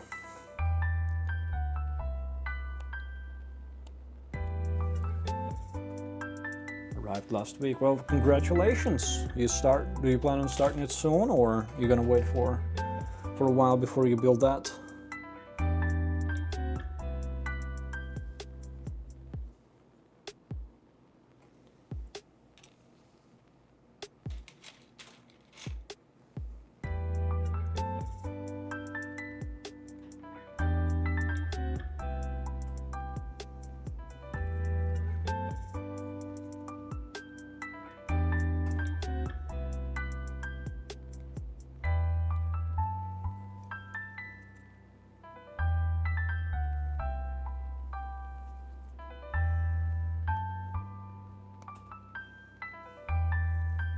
I wonder if the manufacturer of the Osiris improved their packaging, because the only issue that I had with the Osiris is that the way they packed, well, it's not the only issue, but it's like one of the most important things that I noted about it is the way they packed the armor runners was the outer part of the runner, the part that faces the viewer, like outside of the part, they were stacked like this, so they would rub against each other in shipping, and that damaged some of my armor runners. They had scratches on them because of that. Usually when they ship when they stack runners in the plastic bags, they stack them back to back.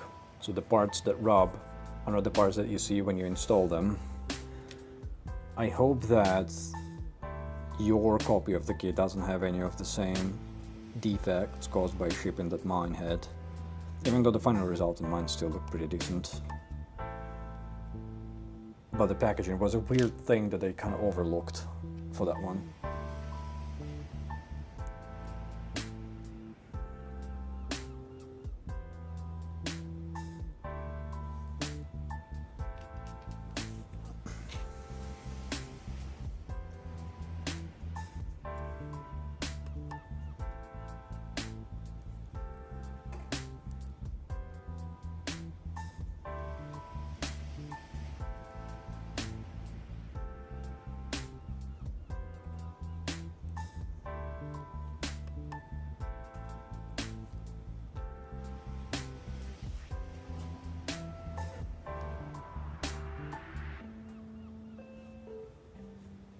Very nice. It's very good on them for doing that. It's a small thing, relatively easy for them to fix, and an even better experience for you.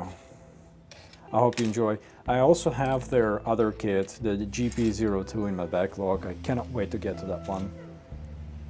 But yeah, the Osiris is something special, something special. Hey, you can check my, if you're interested, you can check out the LED mode for it that I posted on the channel. Pretty easy to do. But yeah, the kit out of the box uses battery-powered LEDs, which is a bit of a annoying thing. It's pretty easy to make it USB-powered if you want.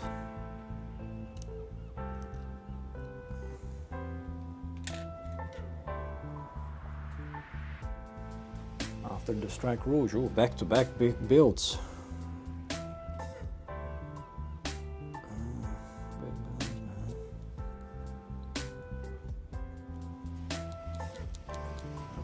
For it.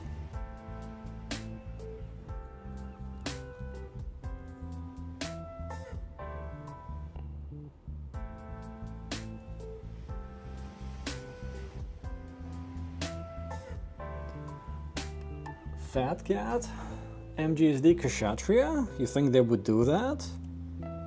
I thought Fat Cat does like rescales, like resizes of popular. I don't know where my English went. I thought what Fat Cat does is like resize of a popular Bandai design. So like they took real grades and they put them into MG size. So it's kind of a rip-off, but at the same time they kind of fill in the gap. You think they would go straight into kind of making their own versions of the kits in exactly the same scale without changing anything? 100 scale Fat Cat Kshatriya. Oh, that is interesting. That is. You got my attention there. But consider this. MGSD, even though the proportions are not as messed up as SD, but MGSD still has proportions a bit all over the place intentionally. So what Fat Cat does with their releases so far, they literally one-to-one scale up a real grade kit, right? Because the real grade would be minding the proportions, unlike the MGSD kits.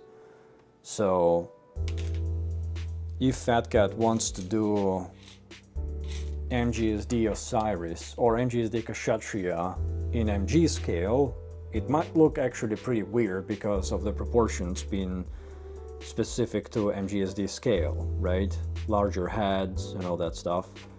So they would have to actually do some designing of their own, Fat Cat, to bring the proportions in line with a larger scale. I'm not sure if they're in the business of doing that, but maybe they do.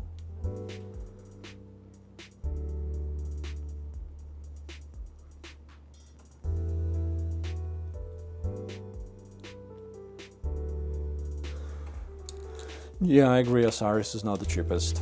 Granted, you buy a hell of a lot of plastic with Osiris, so, and also shipping for it is not the cheapest.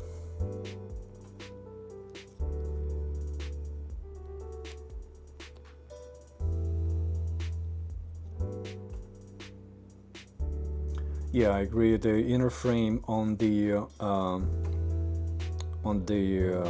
Gramps and the God Gundam is a little bit different, but they mostly use the same technique. Even the inter-sliding joints on the Real Grade 2.0 that Bandai introduced, they kind of scaled up that. But yeah, you're right. They had to do some minor redesigns to make it work in larger scale. And in any case, whatever they do next, Fat Cat, I'm definitely keeping my eye on that.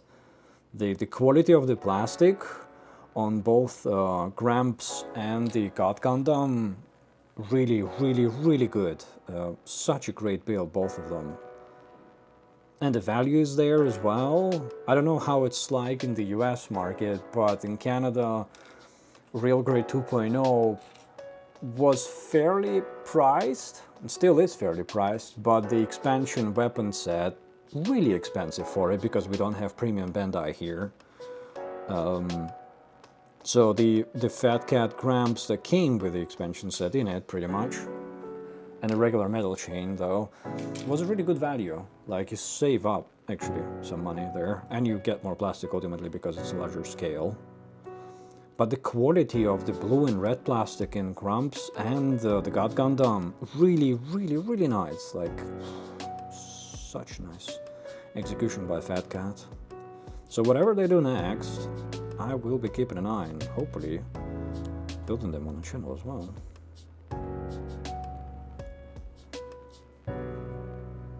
This needs to be something that I actually like, the design.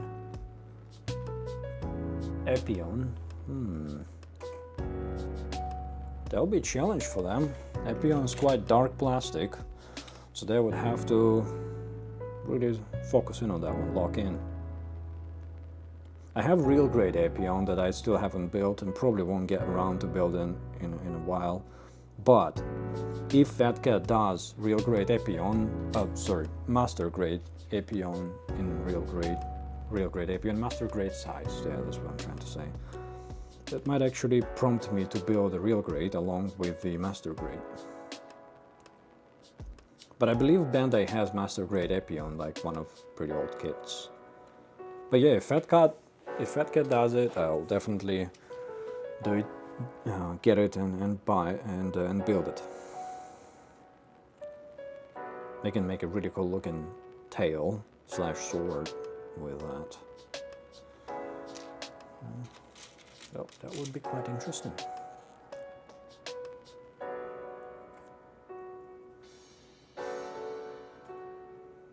Though, is Epion design popular enough to warrant an investment from Fat Cat? Like, you think people will buy that a lot? Because God Gundam is kind of a staple in real grade scale and is quite popular. Gramps, well, obviously it's Gramps, it always sells. You reckon Epion design would sell?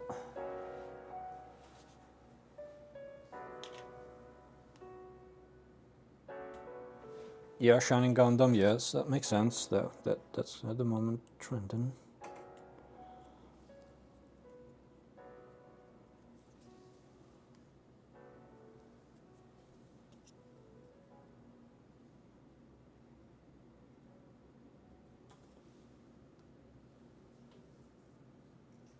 Interesting, I haven't heard about Panda model. I'm gonna have to research that as well. But judging by your comment, it seems like they also... Alright, so they actually not only upscaled it, they modified it, the design. Is it like Perfect Raid Unleashed type of attempt, with the hatches open and realism?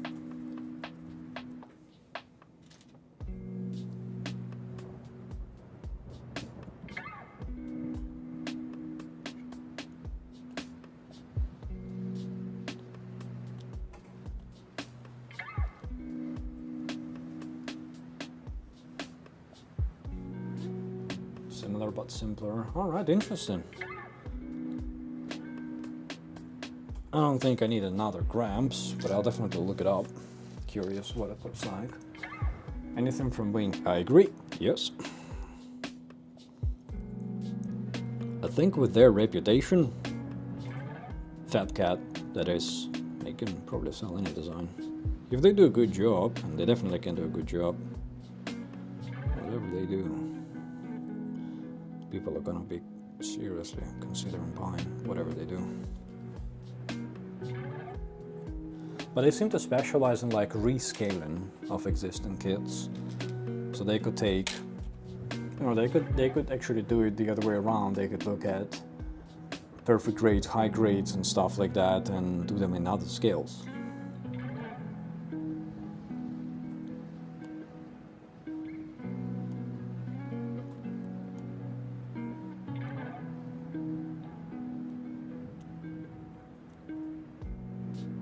Definitely got a niche going for themselves.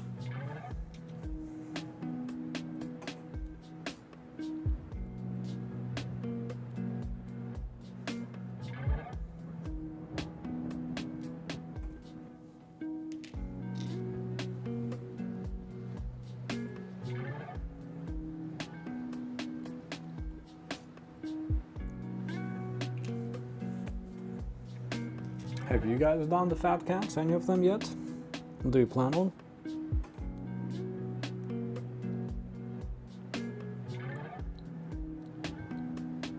I saw they have a lot of recolors coming up, or maybe already out, for the Gramps.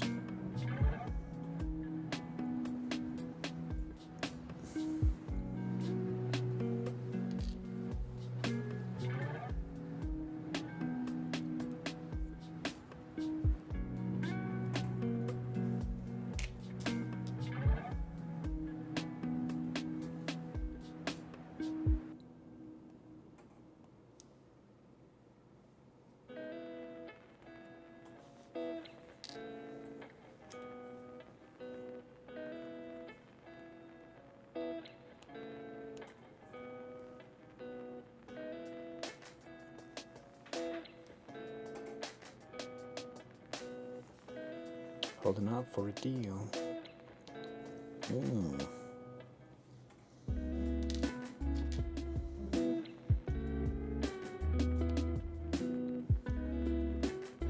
think I got both. Well, I clearly got them from Condemned, of course. I don't remember what I got them for. But they were pretty fairly priced last time I checked, considering how much you get.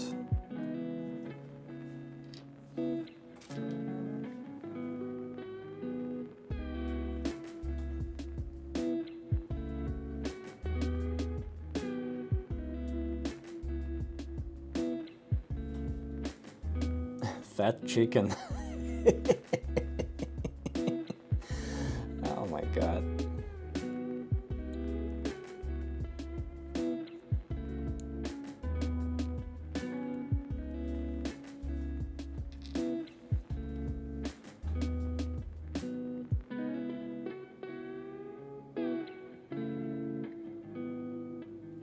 Where's the gate mark here? Oh, there it is. Bitty bitty thing.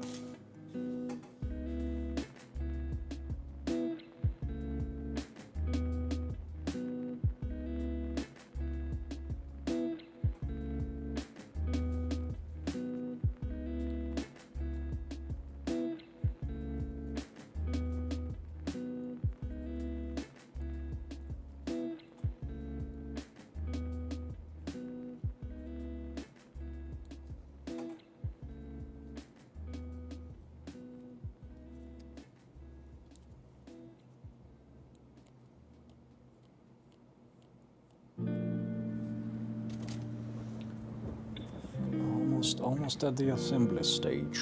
Almost there.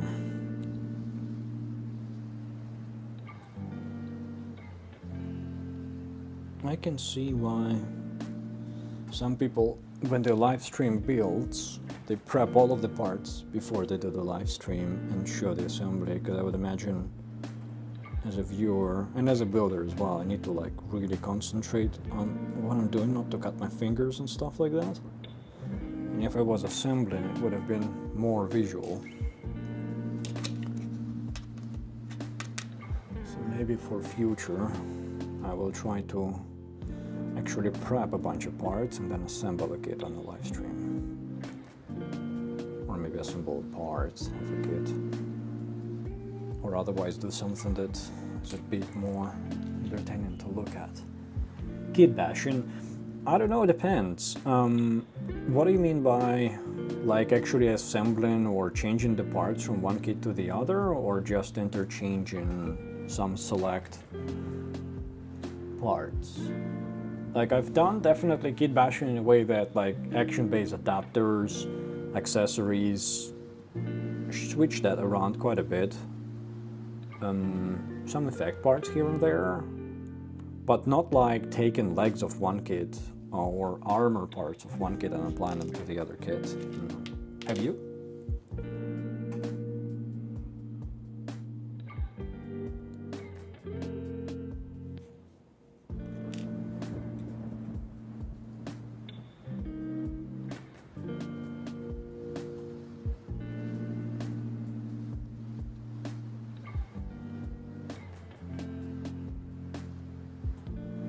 I have, well, once again, like I've same with the action-based adapters and stuff like that, like modifying them, like cutting out the pegs or thinning out the pegs a little bit to make them fit.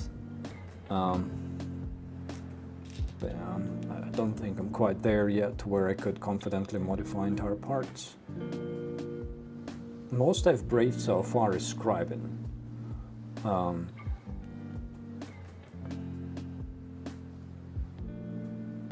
So if I see a part that I want to panel on in a kit and it only has like shallow parts, not real grooves, I would just go ahead and scribe that with a gun primer Grida. It's not really kit bashing, of course. It's not really like deep modification, but rescribing the lines is an easy way to get more solid defined panel lines.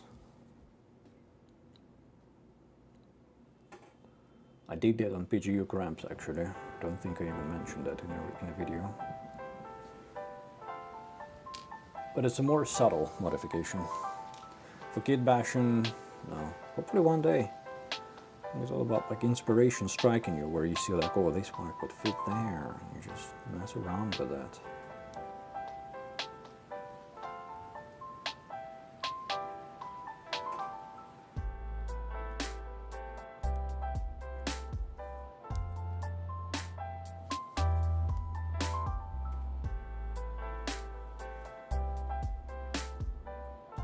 Interesting. You made your own matchup.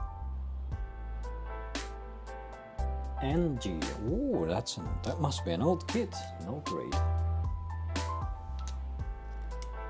I don't think I've seen that. How did it turn out? Do you like the final result of your kit bash? And did you have to like extensively modify parts to make them fit? Or was it an easy fit?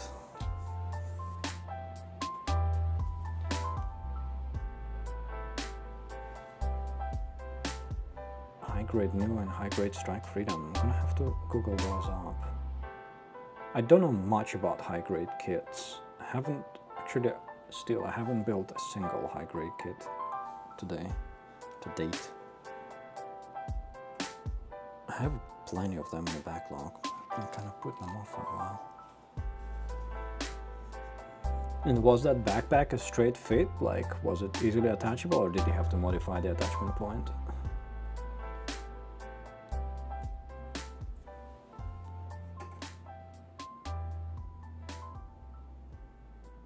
Magnets. Wow, that's really cool, man.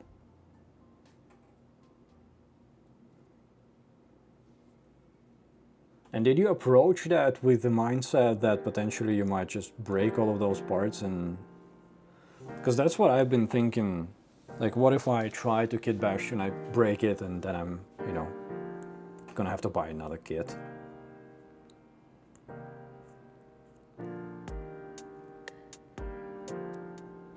Glue.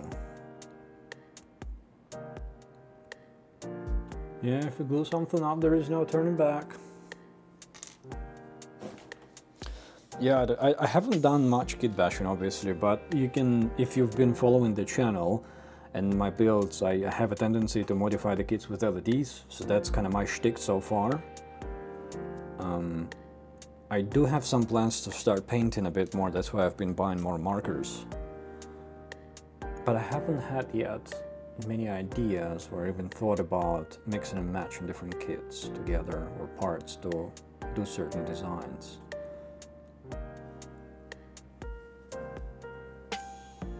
So I guess irreversible changes definitely did that to a number of kits so far. But kit bashing, no, not quite yet. We are ready for assembly. Let me dust off this. Look how many parts there are, and that's just for the weapon. Jesus. There's a lot of parts. Some noise.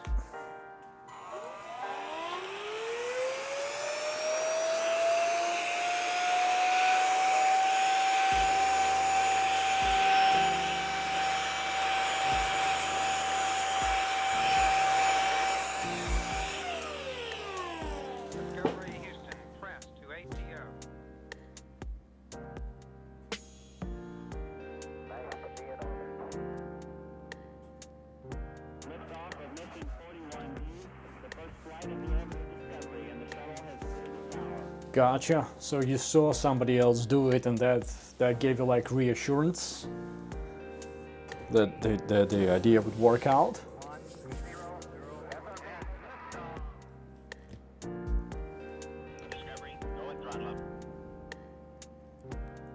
Discovery's 4 computers now have primary control of critical vehicle functions.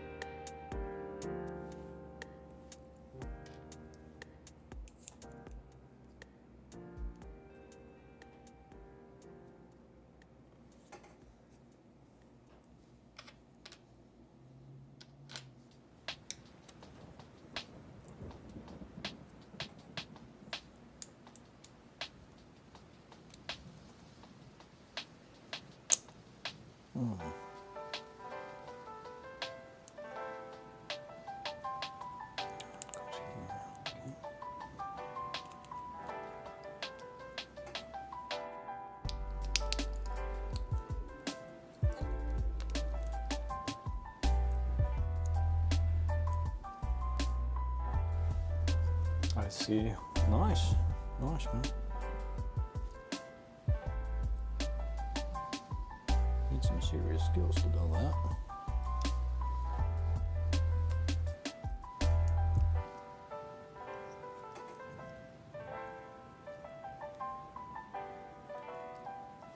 I think I had an idea to modify my perfect grade unicorn, the perfectibility thing, because the back thrusters that it comes with are humongous. They are like literally that long.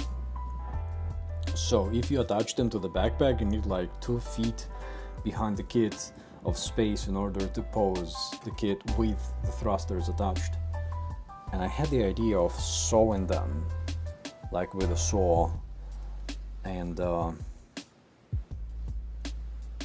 shorten them. But I kind of wussed out, I think. Yeah, I was like, I thought about doing it. I bought a saw from Tamiya. I tried sewing some like spare parts, and I was like, nope, not doing it.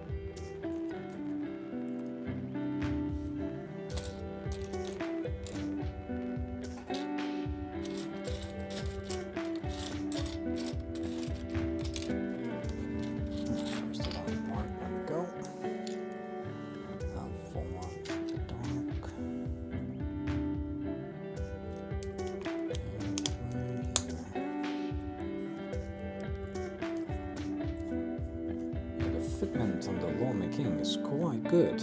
Everything just snaps easily into place. Really well done.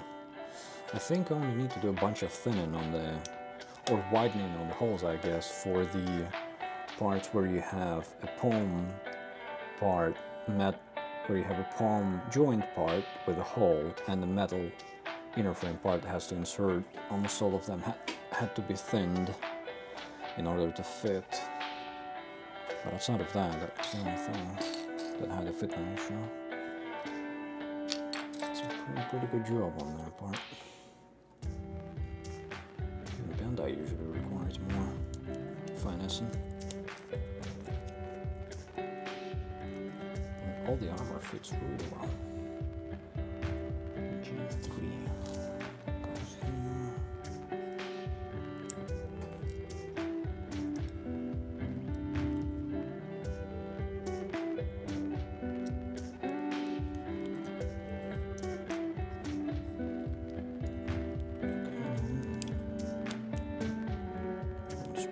Fitment.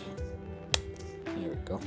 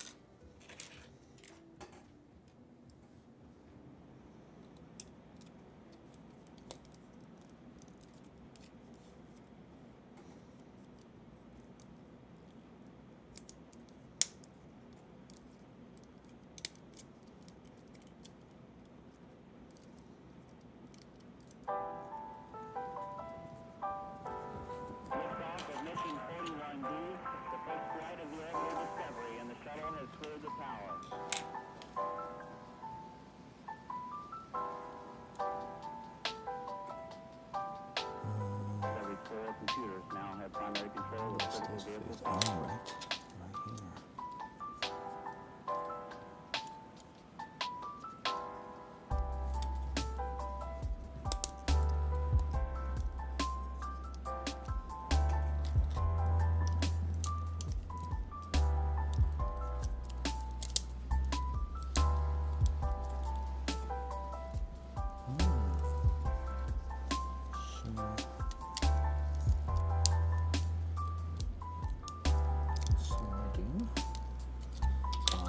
Should have gone first. I'm a dumbass. Okay. Disassemble.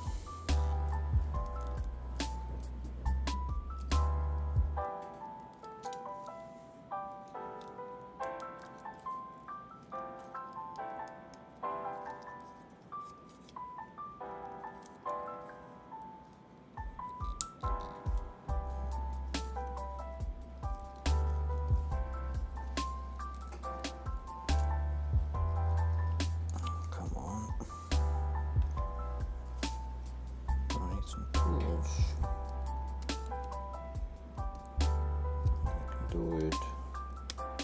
Come on, get out of here.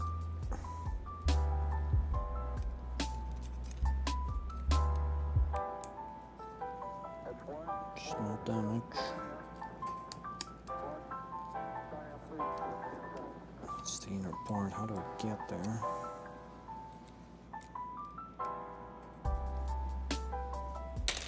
Let's use another tool. Right, open. Come on, you can do it.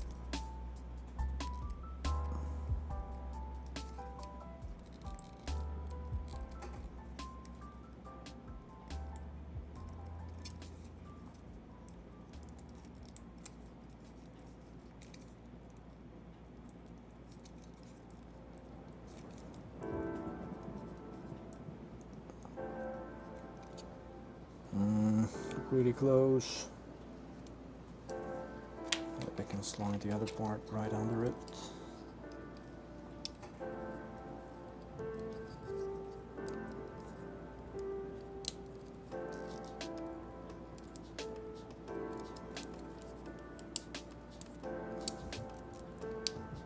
here we go.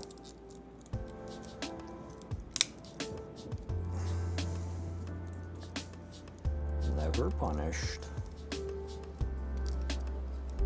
No breakage. Very good. Just make sure it's snapped together.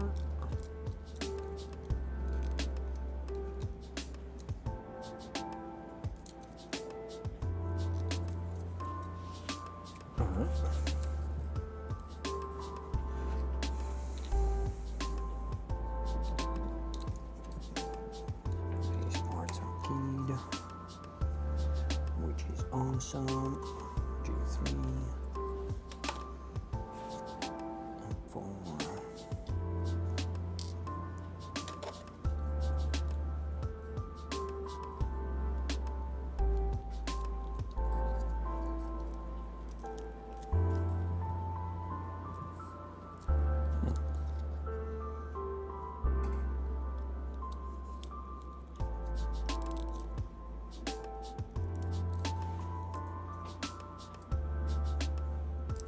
Really colorful. That's what I don't like about this. It's way too colorful.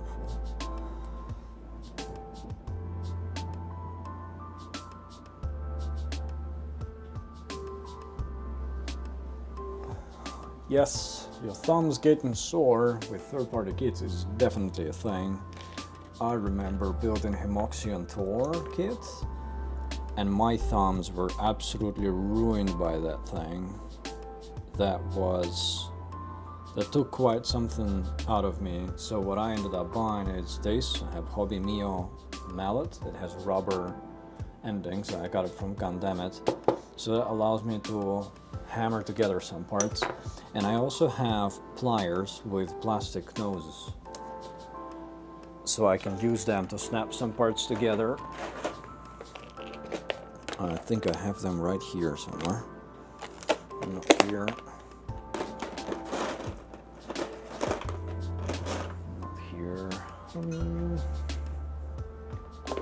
They are somewhere. There you go. These. So they have plastic noses. So I can, like, if it's a really tight part, I can. Did I just cut my finger? Maybe yes, maybe no. Not sure. Anyway, so these guys, you can really like squish together something, or you can use the hammer.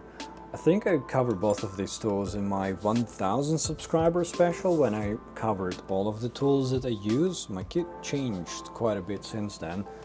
Actually, a friend of mine suggested I start doing tool reviews because I have a lot of tools. So I don't know, maybe I should start indeed reviewing tools and sharing what tools I would recommend, what tools I would not recommend. Would you guys be interested in that?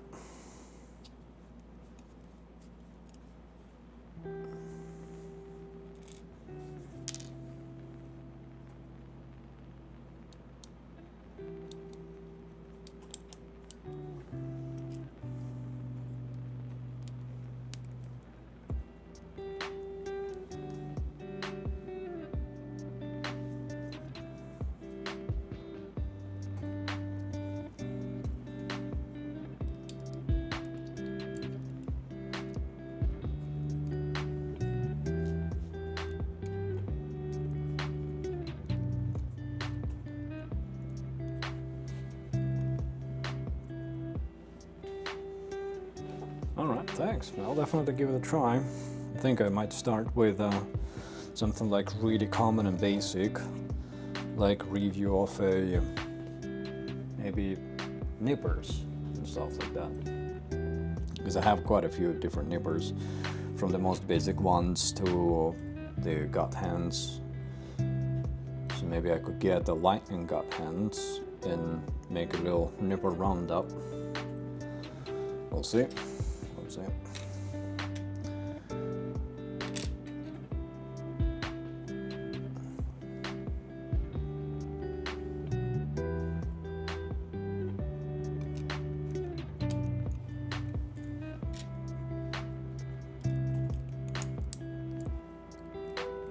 I've done a few tool reviews, because I reviewed the parts bender, mostly because I personally would have found something like that really useful when I decided to buy metal etching parts without realizing that they require a special tool and they cannot be stuck on, all that stuff. So I decided to review that tool and make a bit of a guide, but I haven't done it for the absolute majority of the tools that I possess.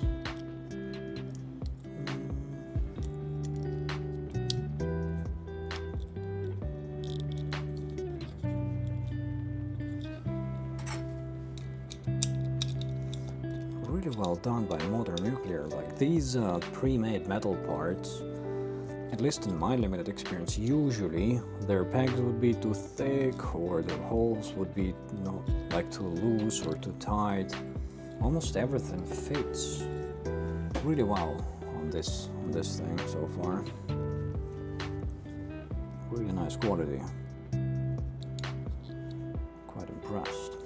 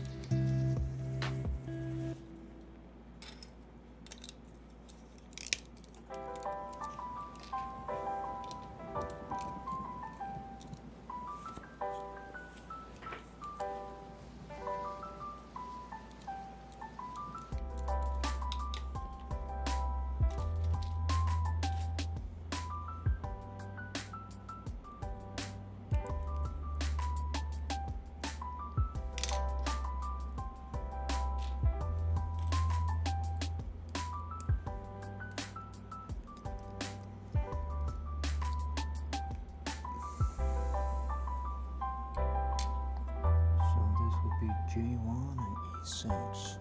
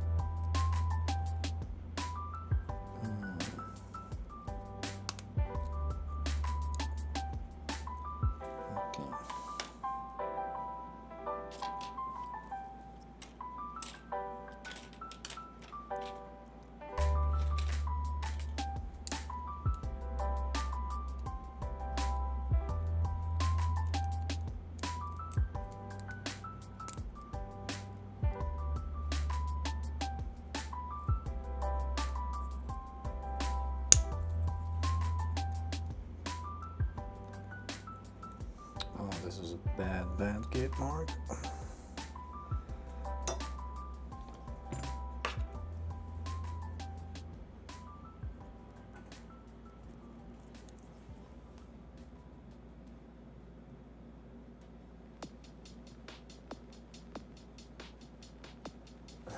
Poor metal builds. I thought of buying a metal build once. I don't remember when it was 1 or 2 years ago. Bandai released or announced Camphor, like the original Camphor design metal build, and it looked so awesome. And one of my very first builds was Camphor Schwer from Premium Bandai. It was one of the first kits that I also top coated, and I still have it in my collection actually, pretty prominently displayed. And I'm kind of proud of the work I did on that one. Here it is. This looks so cool. And I never liked the model kit of the original Camphor because to my eyes it doesn't look very good. Like you would need to do a lot of work to it. So when they announced the metal build of it, I was so excited. I wanted to buy it. I think I even placed a pre-order without even looking into like estimated usual prices and stuff like that on one of the Canadian sites, and I don't remember, like half a year down the road or something like that, they sent me an invoice for like 1,000 Canadian bucks for the final product, and I was like, excuse me, is that a mistake? And yeah, they're extremely expensive, and way too expensive for my budget.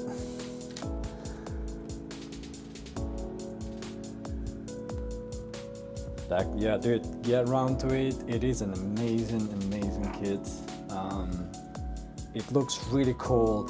It's one of those designers that, not Katoki, I don't remember his name, but he's got like really cool designs. Not too many of them. I really want to get his lindworm. I think that's the name of the kit. It's RE scale. I want that. Want that. Really want that.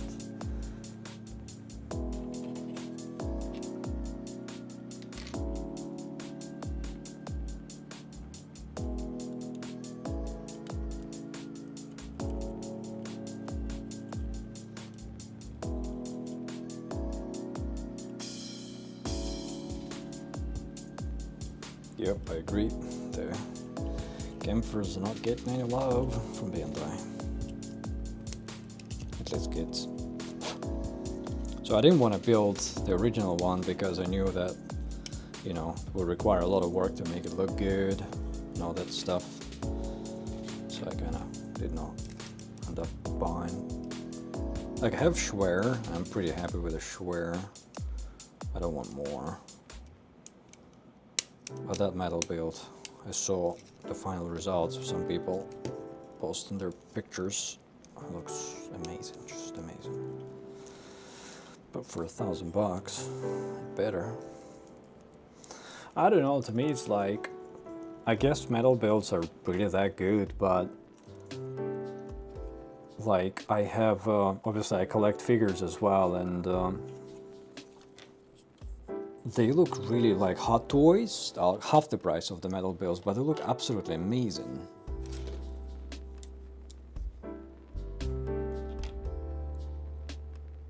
But to be twice the price of Hot Toys, you have to be doing something truly special.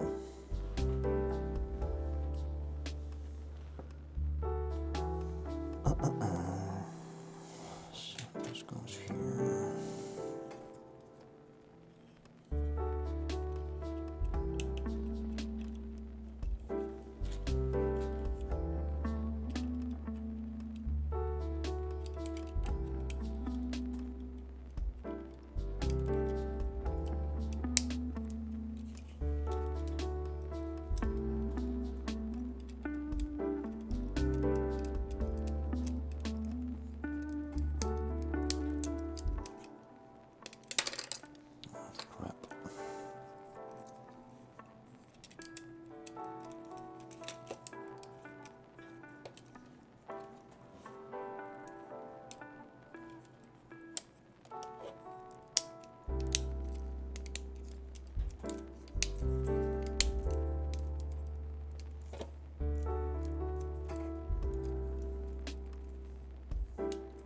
It's a mean looking machine.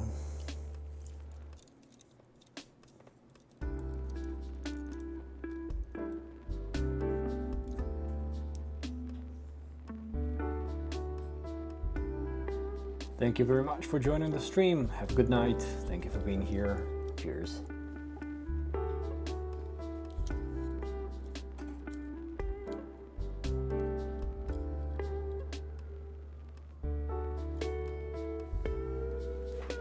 MG Alex. RE Zako 2.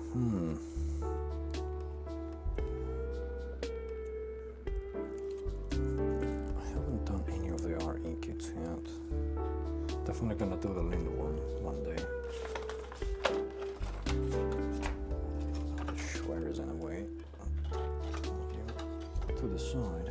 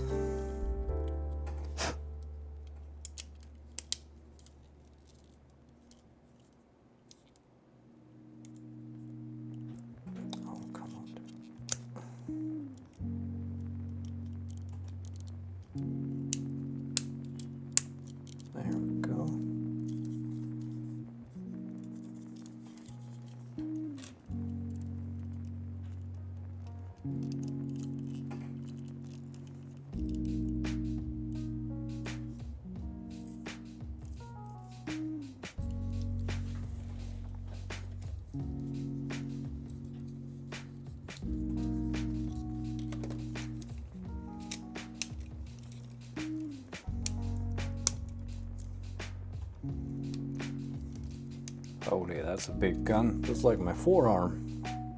Damn. Now it's longer than my forearm.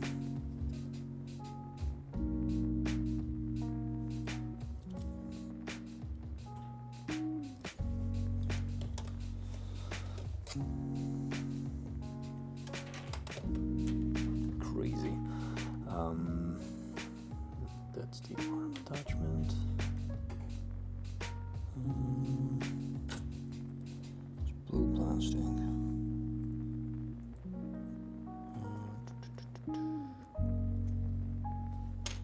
This. We need this and the opposite side of it. And this. But this. Oh. Okay.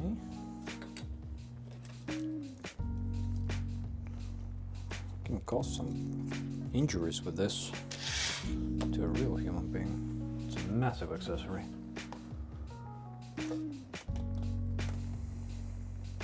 And that's the separate sort of. Okay, so you have two different angles for the cuffs. Okay.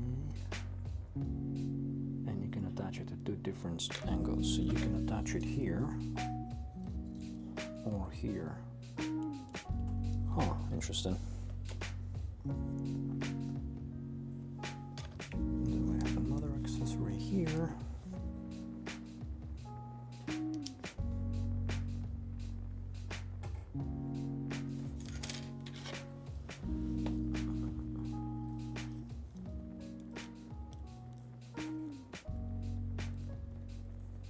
This one seems to have a gimmick.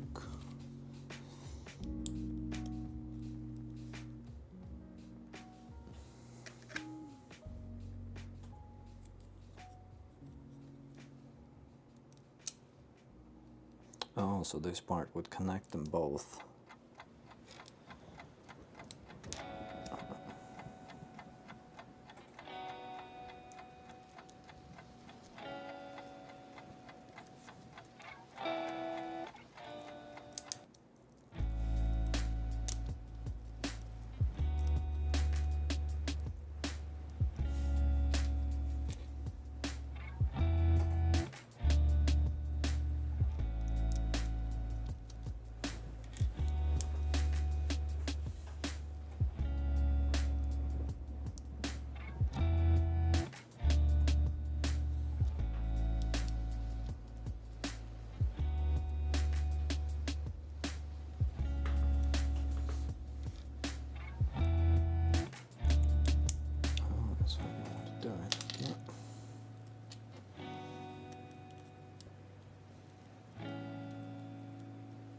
It's a neat little mechanism.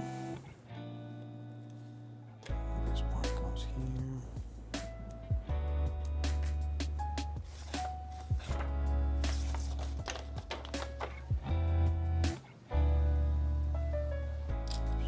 Three.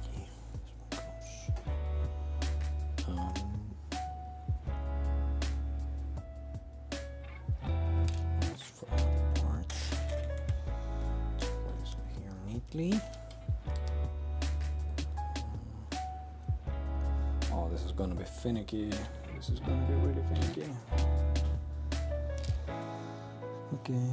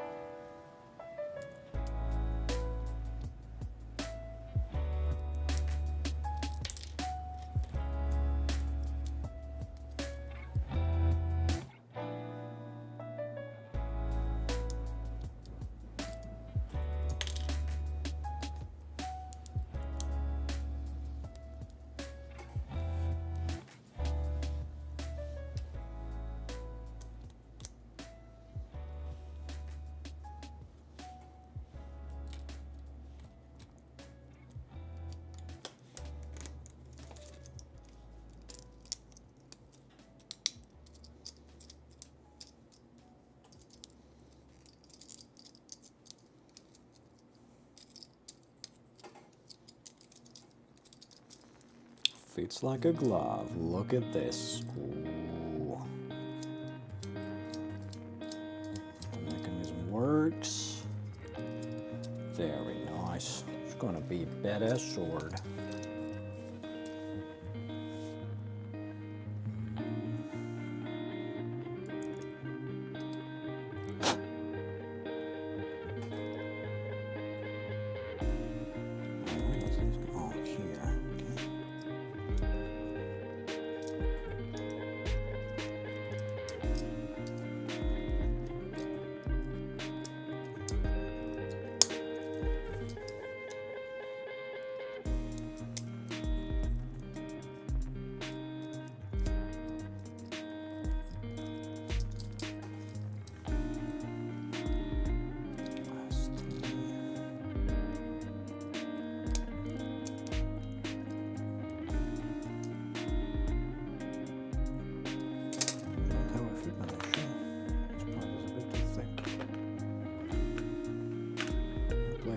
That quite often.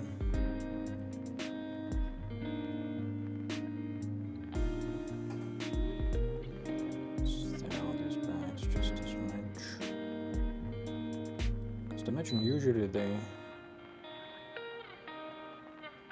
calculate the sizes of the parts based on the raw plastic. And plating always has a little bit of thickness.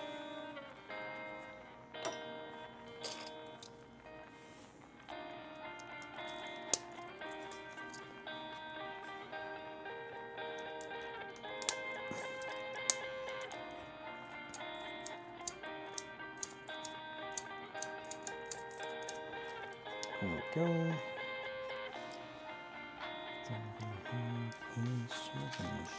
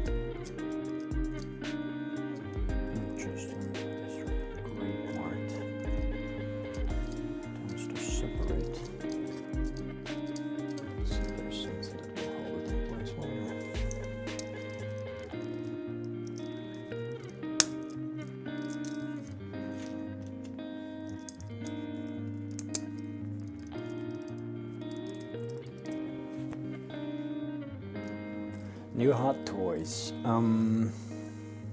Actually quite a few. So I'm gonna review quite a few of them on the channel this year. Not all of them are gonna be released this year. The one that I'm really hyped of reviewing is General Grievous. I have that in a backlog. It's gonna be reviewed pretty soon on the channel. The one releasing this year, probably Scorched Xenomorph. I haven't received that yet, but I saw people posting their Xenomorphs already, and they look amazing. And I always loved the Alien franchise. Not so much the recent, that was Romulus, I think the TV show is called. That one is a bit of a trash. And the movie, I did not like that either, latest one. But I really like the franchise, I really like the design. So I'm very, very excited of receiving that. And I think I also have the Terminator. Terminator 2 Battle Damaged and a regular one. So I'm very, very interested and excited to get those and review them on the channel. And I have a pre-order on the Terminator 1 from InArt through Gundamit, which I believe, according to the latest latest news that they posted there is, after all the feedback, Inart decided to include another body for the same price. So like for the price of an average Hot Toys on that Terminator 1 from Inart, you're gonna get two bodies, one battle damaged and one not. And that will be my first Inart figure in that scale. So I'm very, very curious. I don't think that one will come out this year though. So going back to your question for this year, General Grievous is a review and it drops this year.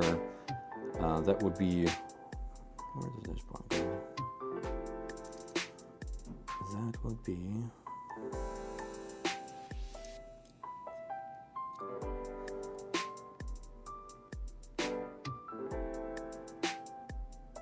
I completely lost my train of thought. I think for the releases, that will be Xenomorph. Yeah, for sure. Thank you. I'll try to do my best with the review of it. Hot Toys reviews is not the easiest thing to do. They require like really good filming, definitely. Room for improvement there for me. Quite a lot of room. Okay, how does this part attach? Here and here. Where does this go?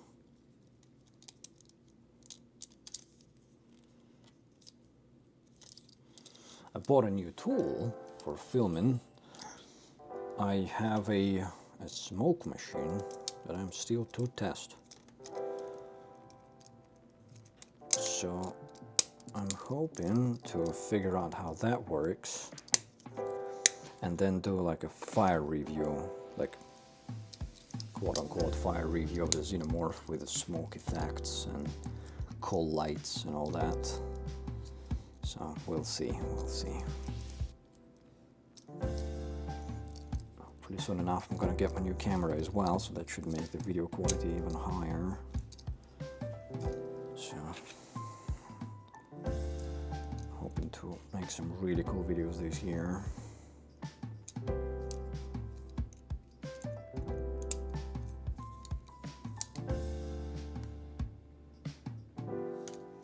That guy spent hundreds of thousands of dollars, yeah. Very jelly, very jelly. I love his videos. I like his positivity. Like every time he reviews a figure, it's like the best thing he ever saw. He's so positive. I try to use that as an inspiration because I'm usually a bit of a negative Nancy in real life. So I'm trying to be a bit more upbeat. It's kind of resolution for me. And every time I watch his review, which I don't do much, I used to years ago, every time you see him reacting to a figure, it's like the best figure ever. And even when he would criticize, he would be very, very polite about how he criticizes something, which is nice. I really like that attitude.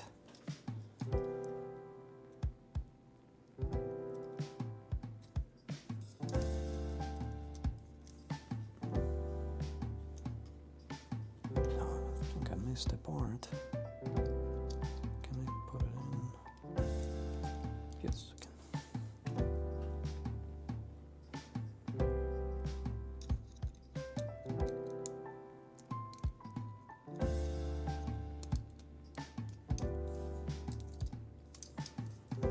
The sword looks more like a shotgun. I guess shotgun sword.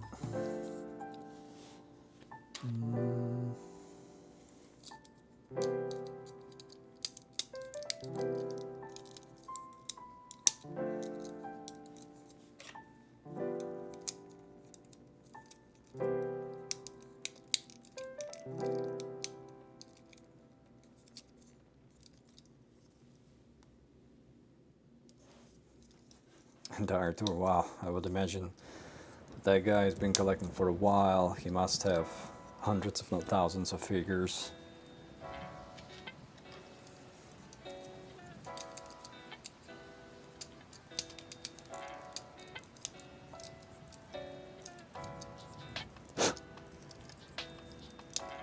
Good for him though, dude. Doing what you love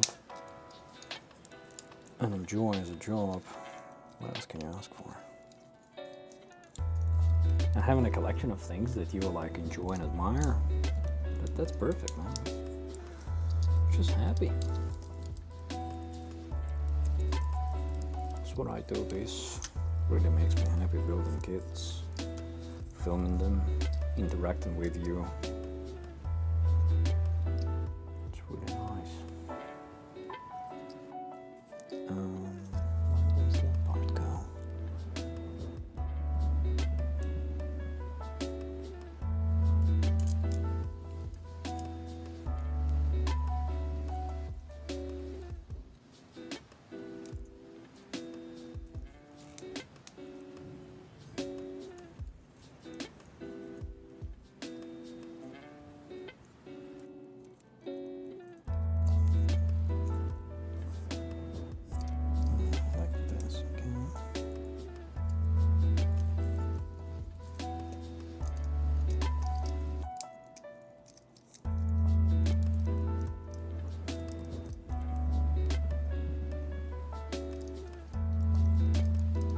Interested visited China for customization. I'm gonna have to look that up. I haven't seen that. Granted, I haven't checked out his channel in a while.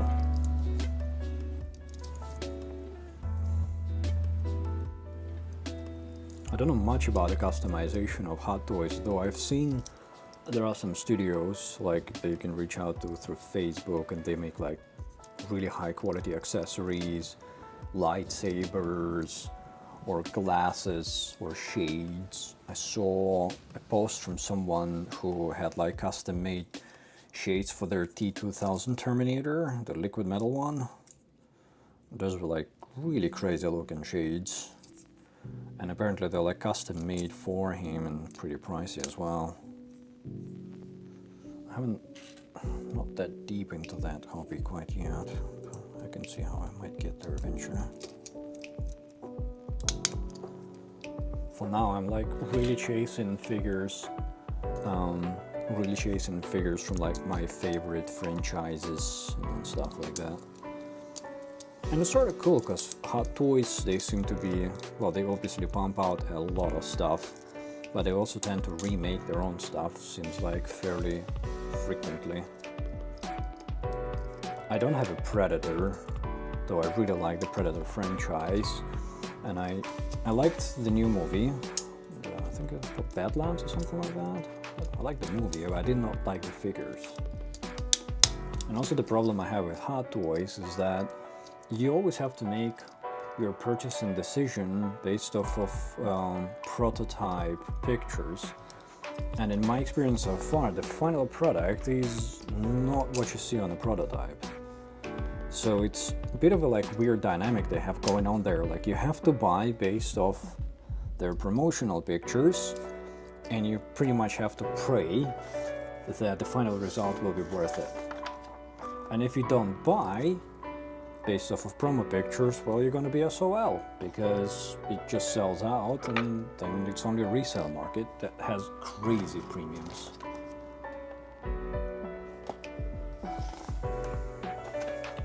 Did I miss the orange parts?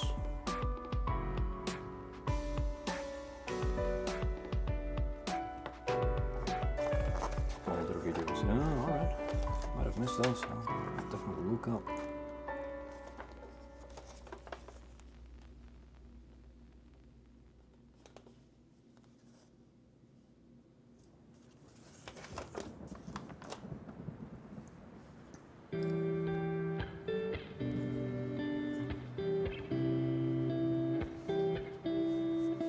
Oh, this was supposed to be here.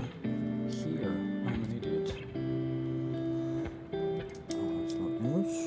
Oh, okay. I'll just put them on here. Great. Everything is not lost. It's now recover.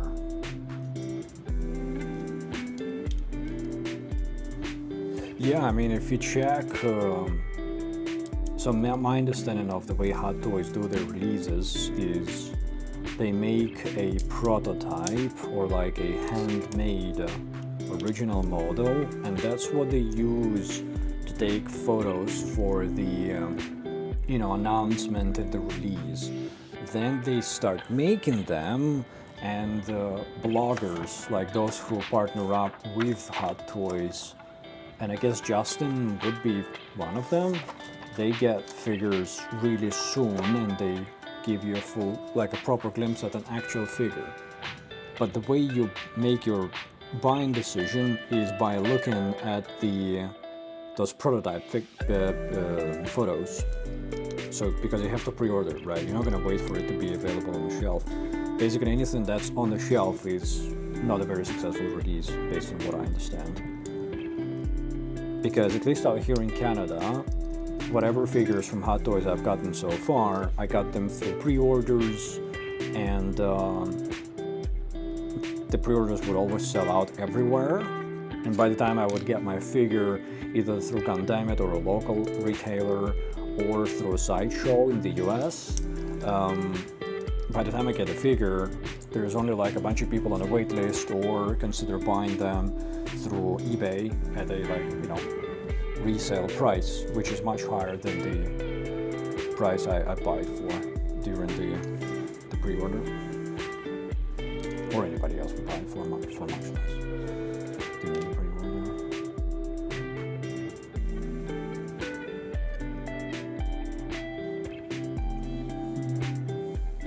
Did I mess up? I think I did. It should have been here. Oh, dumbass. But the thing is that on those pre-orders with, I think I realized that when I was doing my Darth Vader MMS 700, on the pre-orders, the face sculpt looked absolutely phenomenal. When I got my figure and I opened it up and I started filming it, it still looked good, but not as good as the pre-order promotional pictures. So then I looked into it and I realized that the pictures that you make a purchasing decision on are not the pictures of the product you're gonna get. They're pretty close, but not the same. Which to me, nobody seems to have a problem with this, and I guess I'm new to the hobby, so who am I to judge? But it's a weird dynamic, to where you buy something on the promise of how it's supposed to look. And if you wait for like Justin's video to make a purchasing decision, then you kind of limit yourself to buying based off of resale price or secondhand market and stuff like that.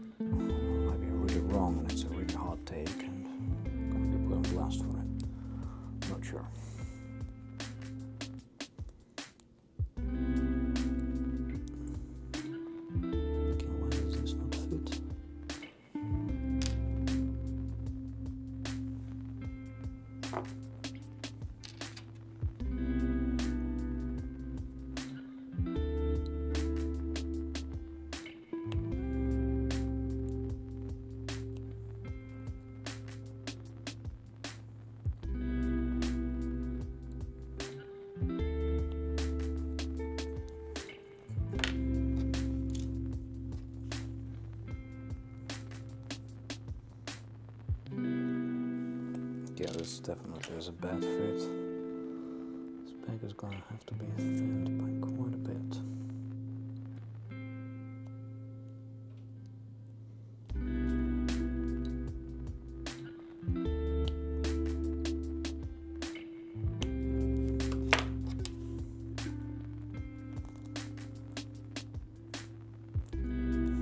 Still is.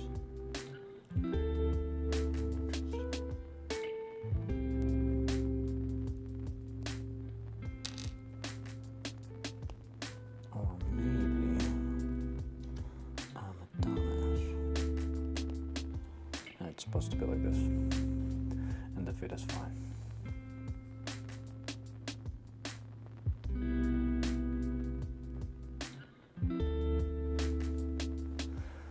Yep, display space for Hot Toys is a big question. They are massive. I think in my very first Hot Toys review of my Batman Beyond, I pointed out that I did not realize how large those figures are.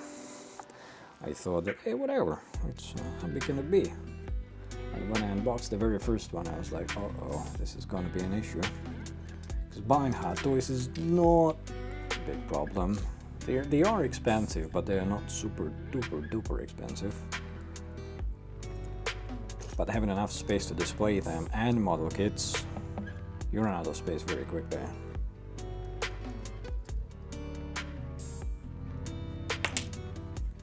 Their resale is also not too bad. So some of my Hot Toys I bought secondhand. If you take good care of them, you're of course gonna lose money, but probably not a lot. And if it's something like a rare figure, you actually might make money off of it. So it's not a goal, at least for me, to resell figures. But at the very least, it is a viable option to like maintain a collection of your favorite kits, figures, and then maybe sell the ones you don't really care about.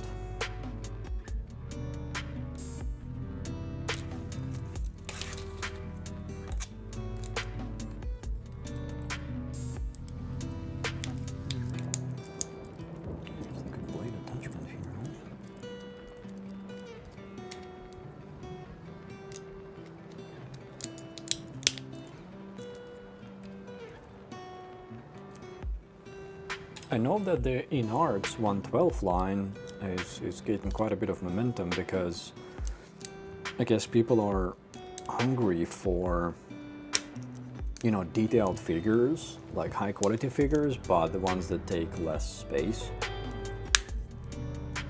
In my Batman experience with the InArt 112, it's not quite at the level of 1/6 scale in terms of detail and quality. It's pretty good, but it's more like a toy.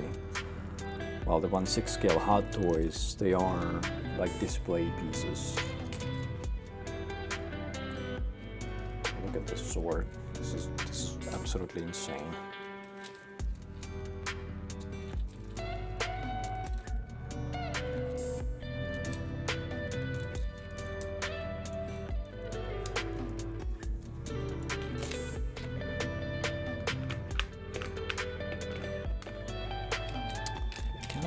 These two things real quick, side by side. Excuse the noise.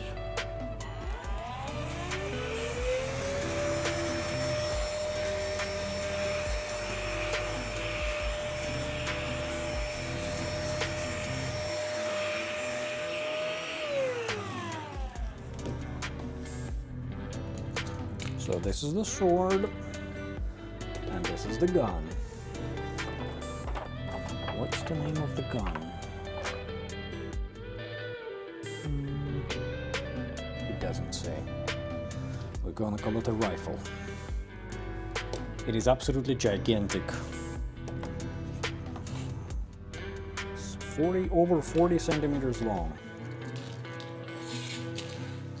And the sword is 35-ish.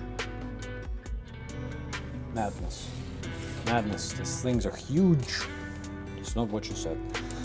And they also transform. They are very colorful. They can be disassembled.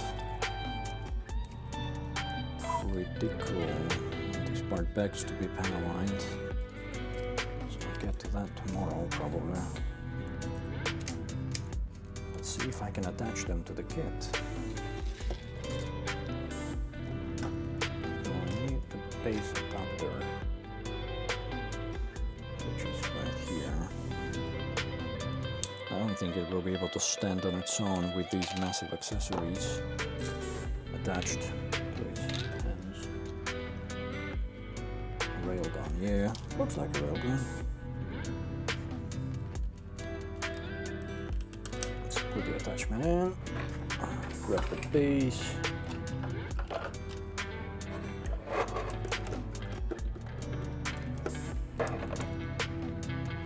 It's a bit high. Let's keep it like that.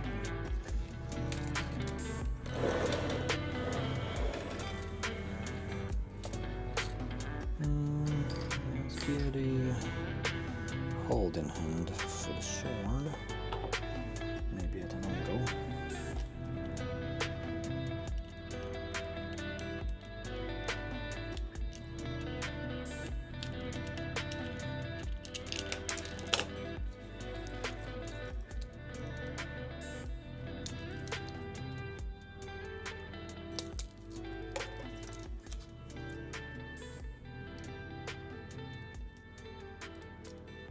I like that the sword has like a keychain on it. That's a nice touch. Like a tingly bit. Don't know what's the functional aspect of it, but it looks pretty cool. Okay, let's attach this. See why this kit needs a metal inner frame. There is no way a plastic inner frame would hold this. But the metal inner frame doesn't even bend at an elbow when you attach this gigantic sword. Look at that, it's still holding it. Wow. Alright, and now let's attach the railgun.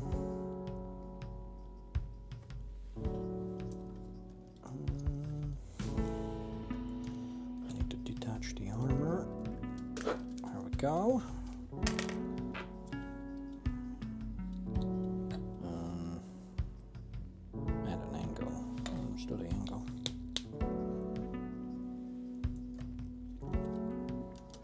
So they thought about, so the sword you have to hold it in hand, though there is attachment to the back of the kit for the sword. Is there?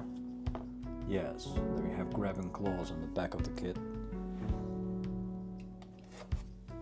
But for the railgun, because it's so big, there is actually, you don't hold it in a hand, you attach it to the forearm. Nice, good design decisions.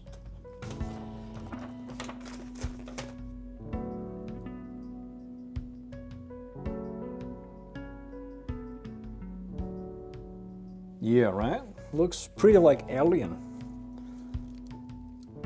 Very Alien. Hold on, where do we attach that? I'm gonna attach it to the middle so it's a bit balanced.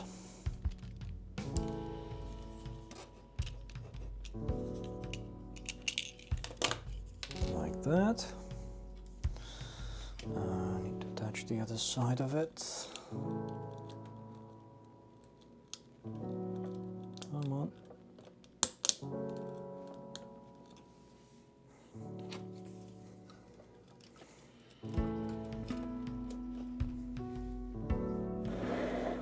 Damn.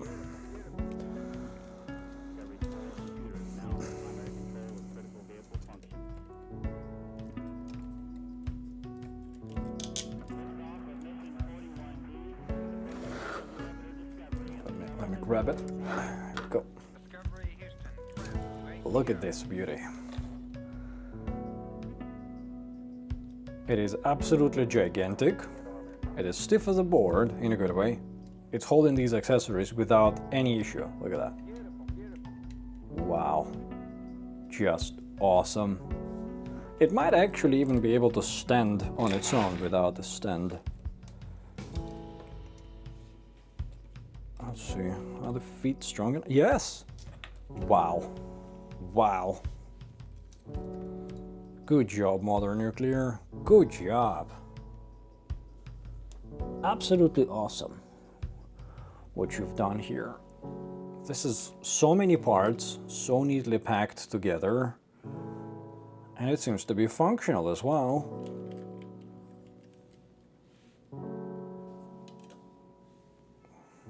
Dude.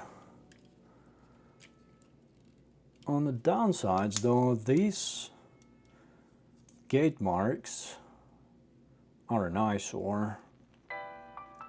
Why would you? Yeah, that's unfortunate. It's not the best. It doesn't really draw attention much because the plastic is matte. Let's see if we can open up this gun.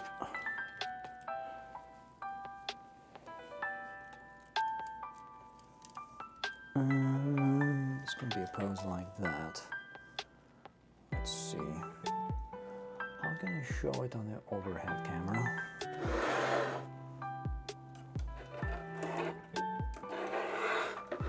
Hold on. Stand by.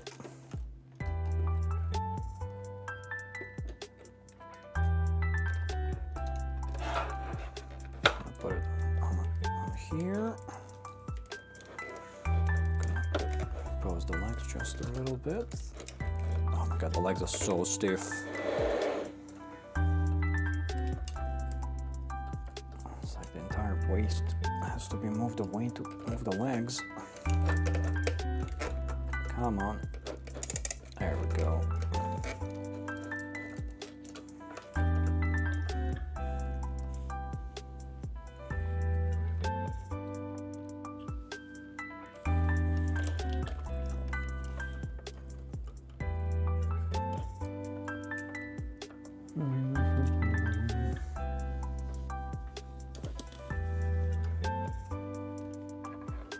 And let's kind of tilt it back so you can see it on the camera.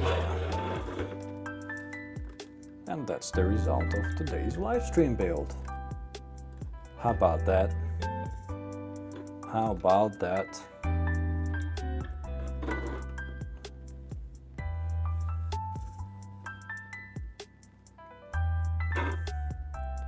What an awesome kit. Still some work to be done with it. Another accessory set. I might try streaming tomorrow as well. Quite enjoy interacting with you in the chat. Though obviously I'm quite new to this gig, especially live streaming. Yeah, and hope you enjoyed the video. Thank you for being here very much, and thank you for 4K. Have a great evening. Cheers.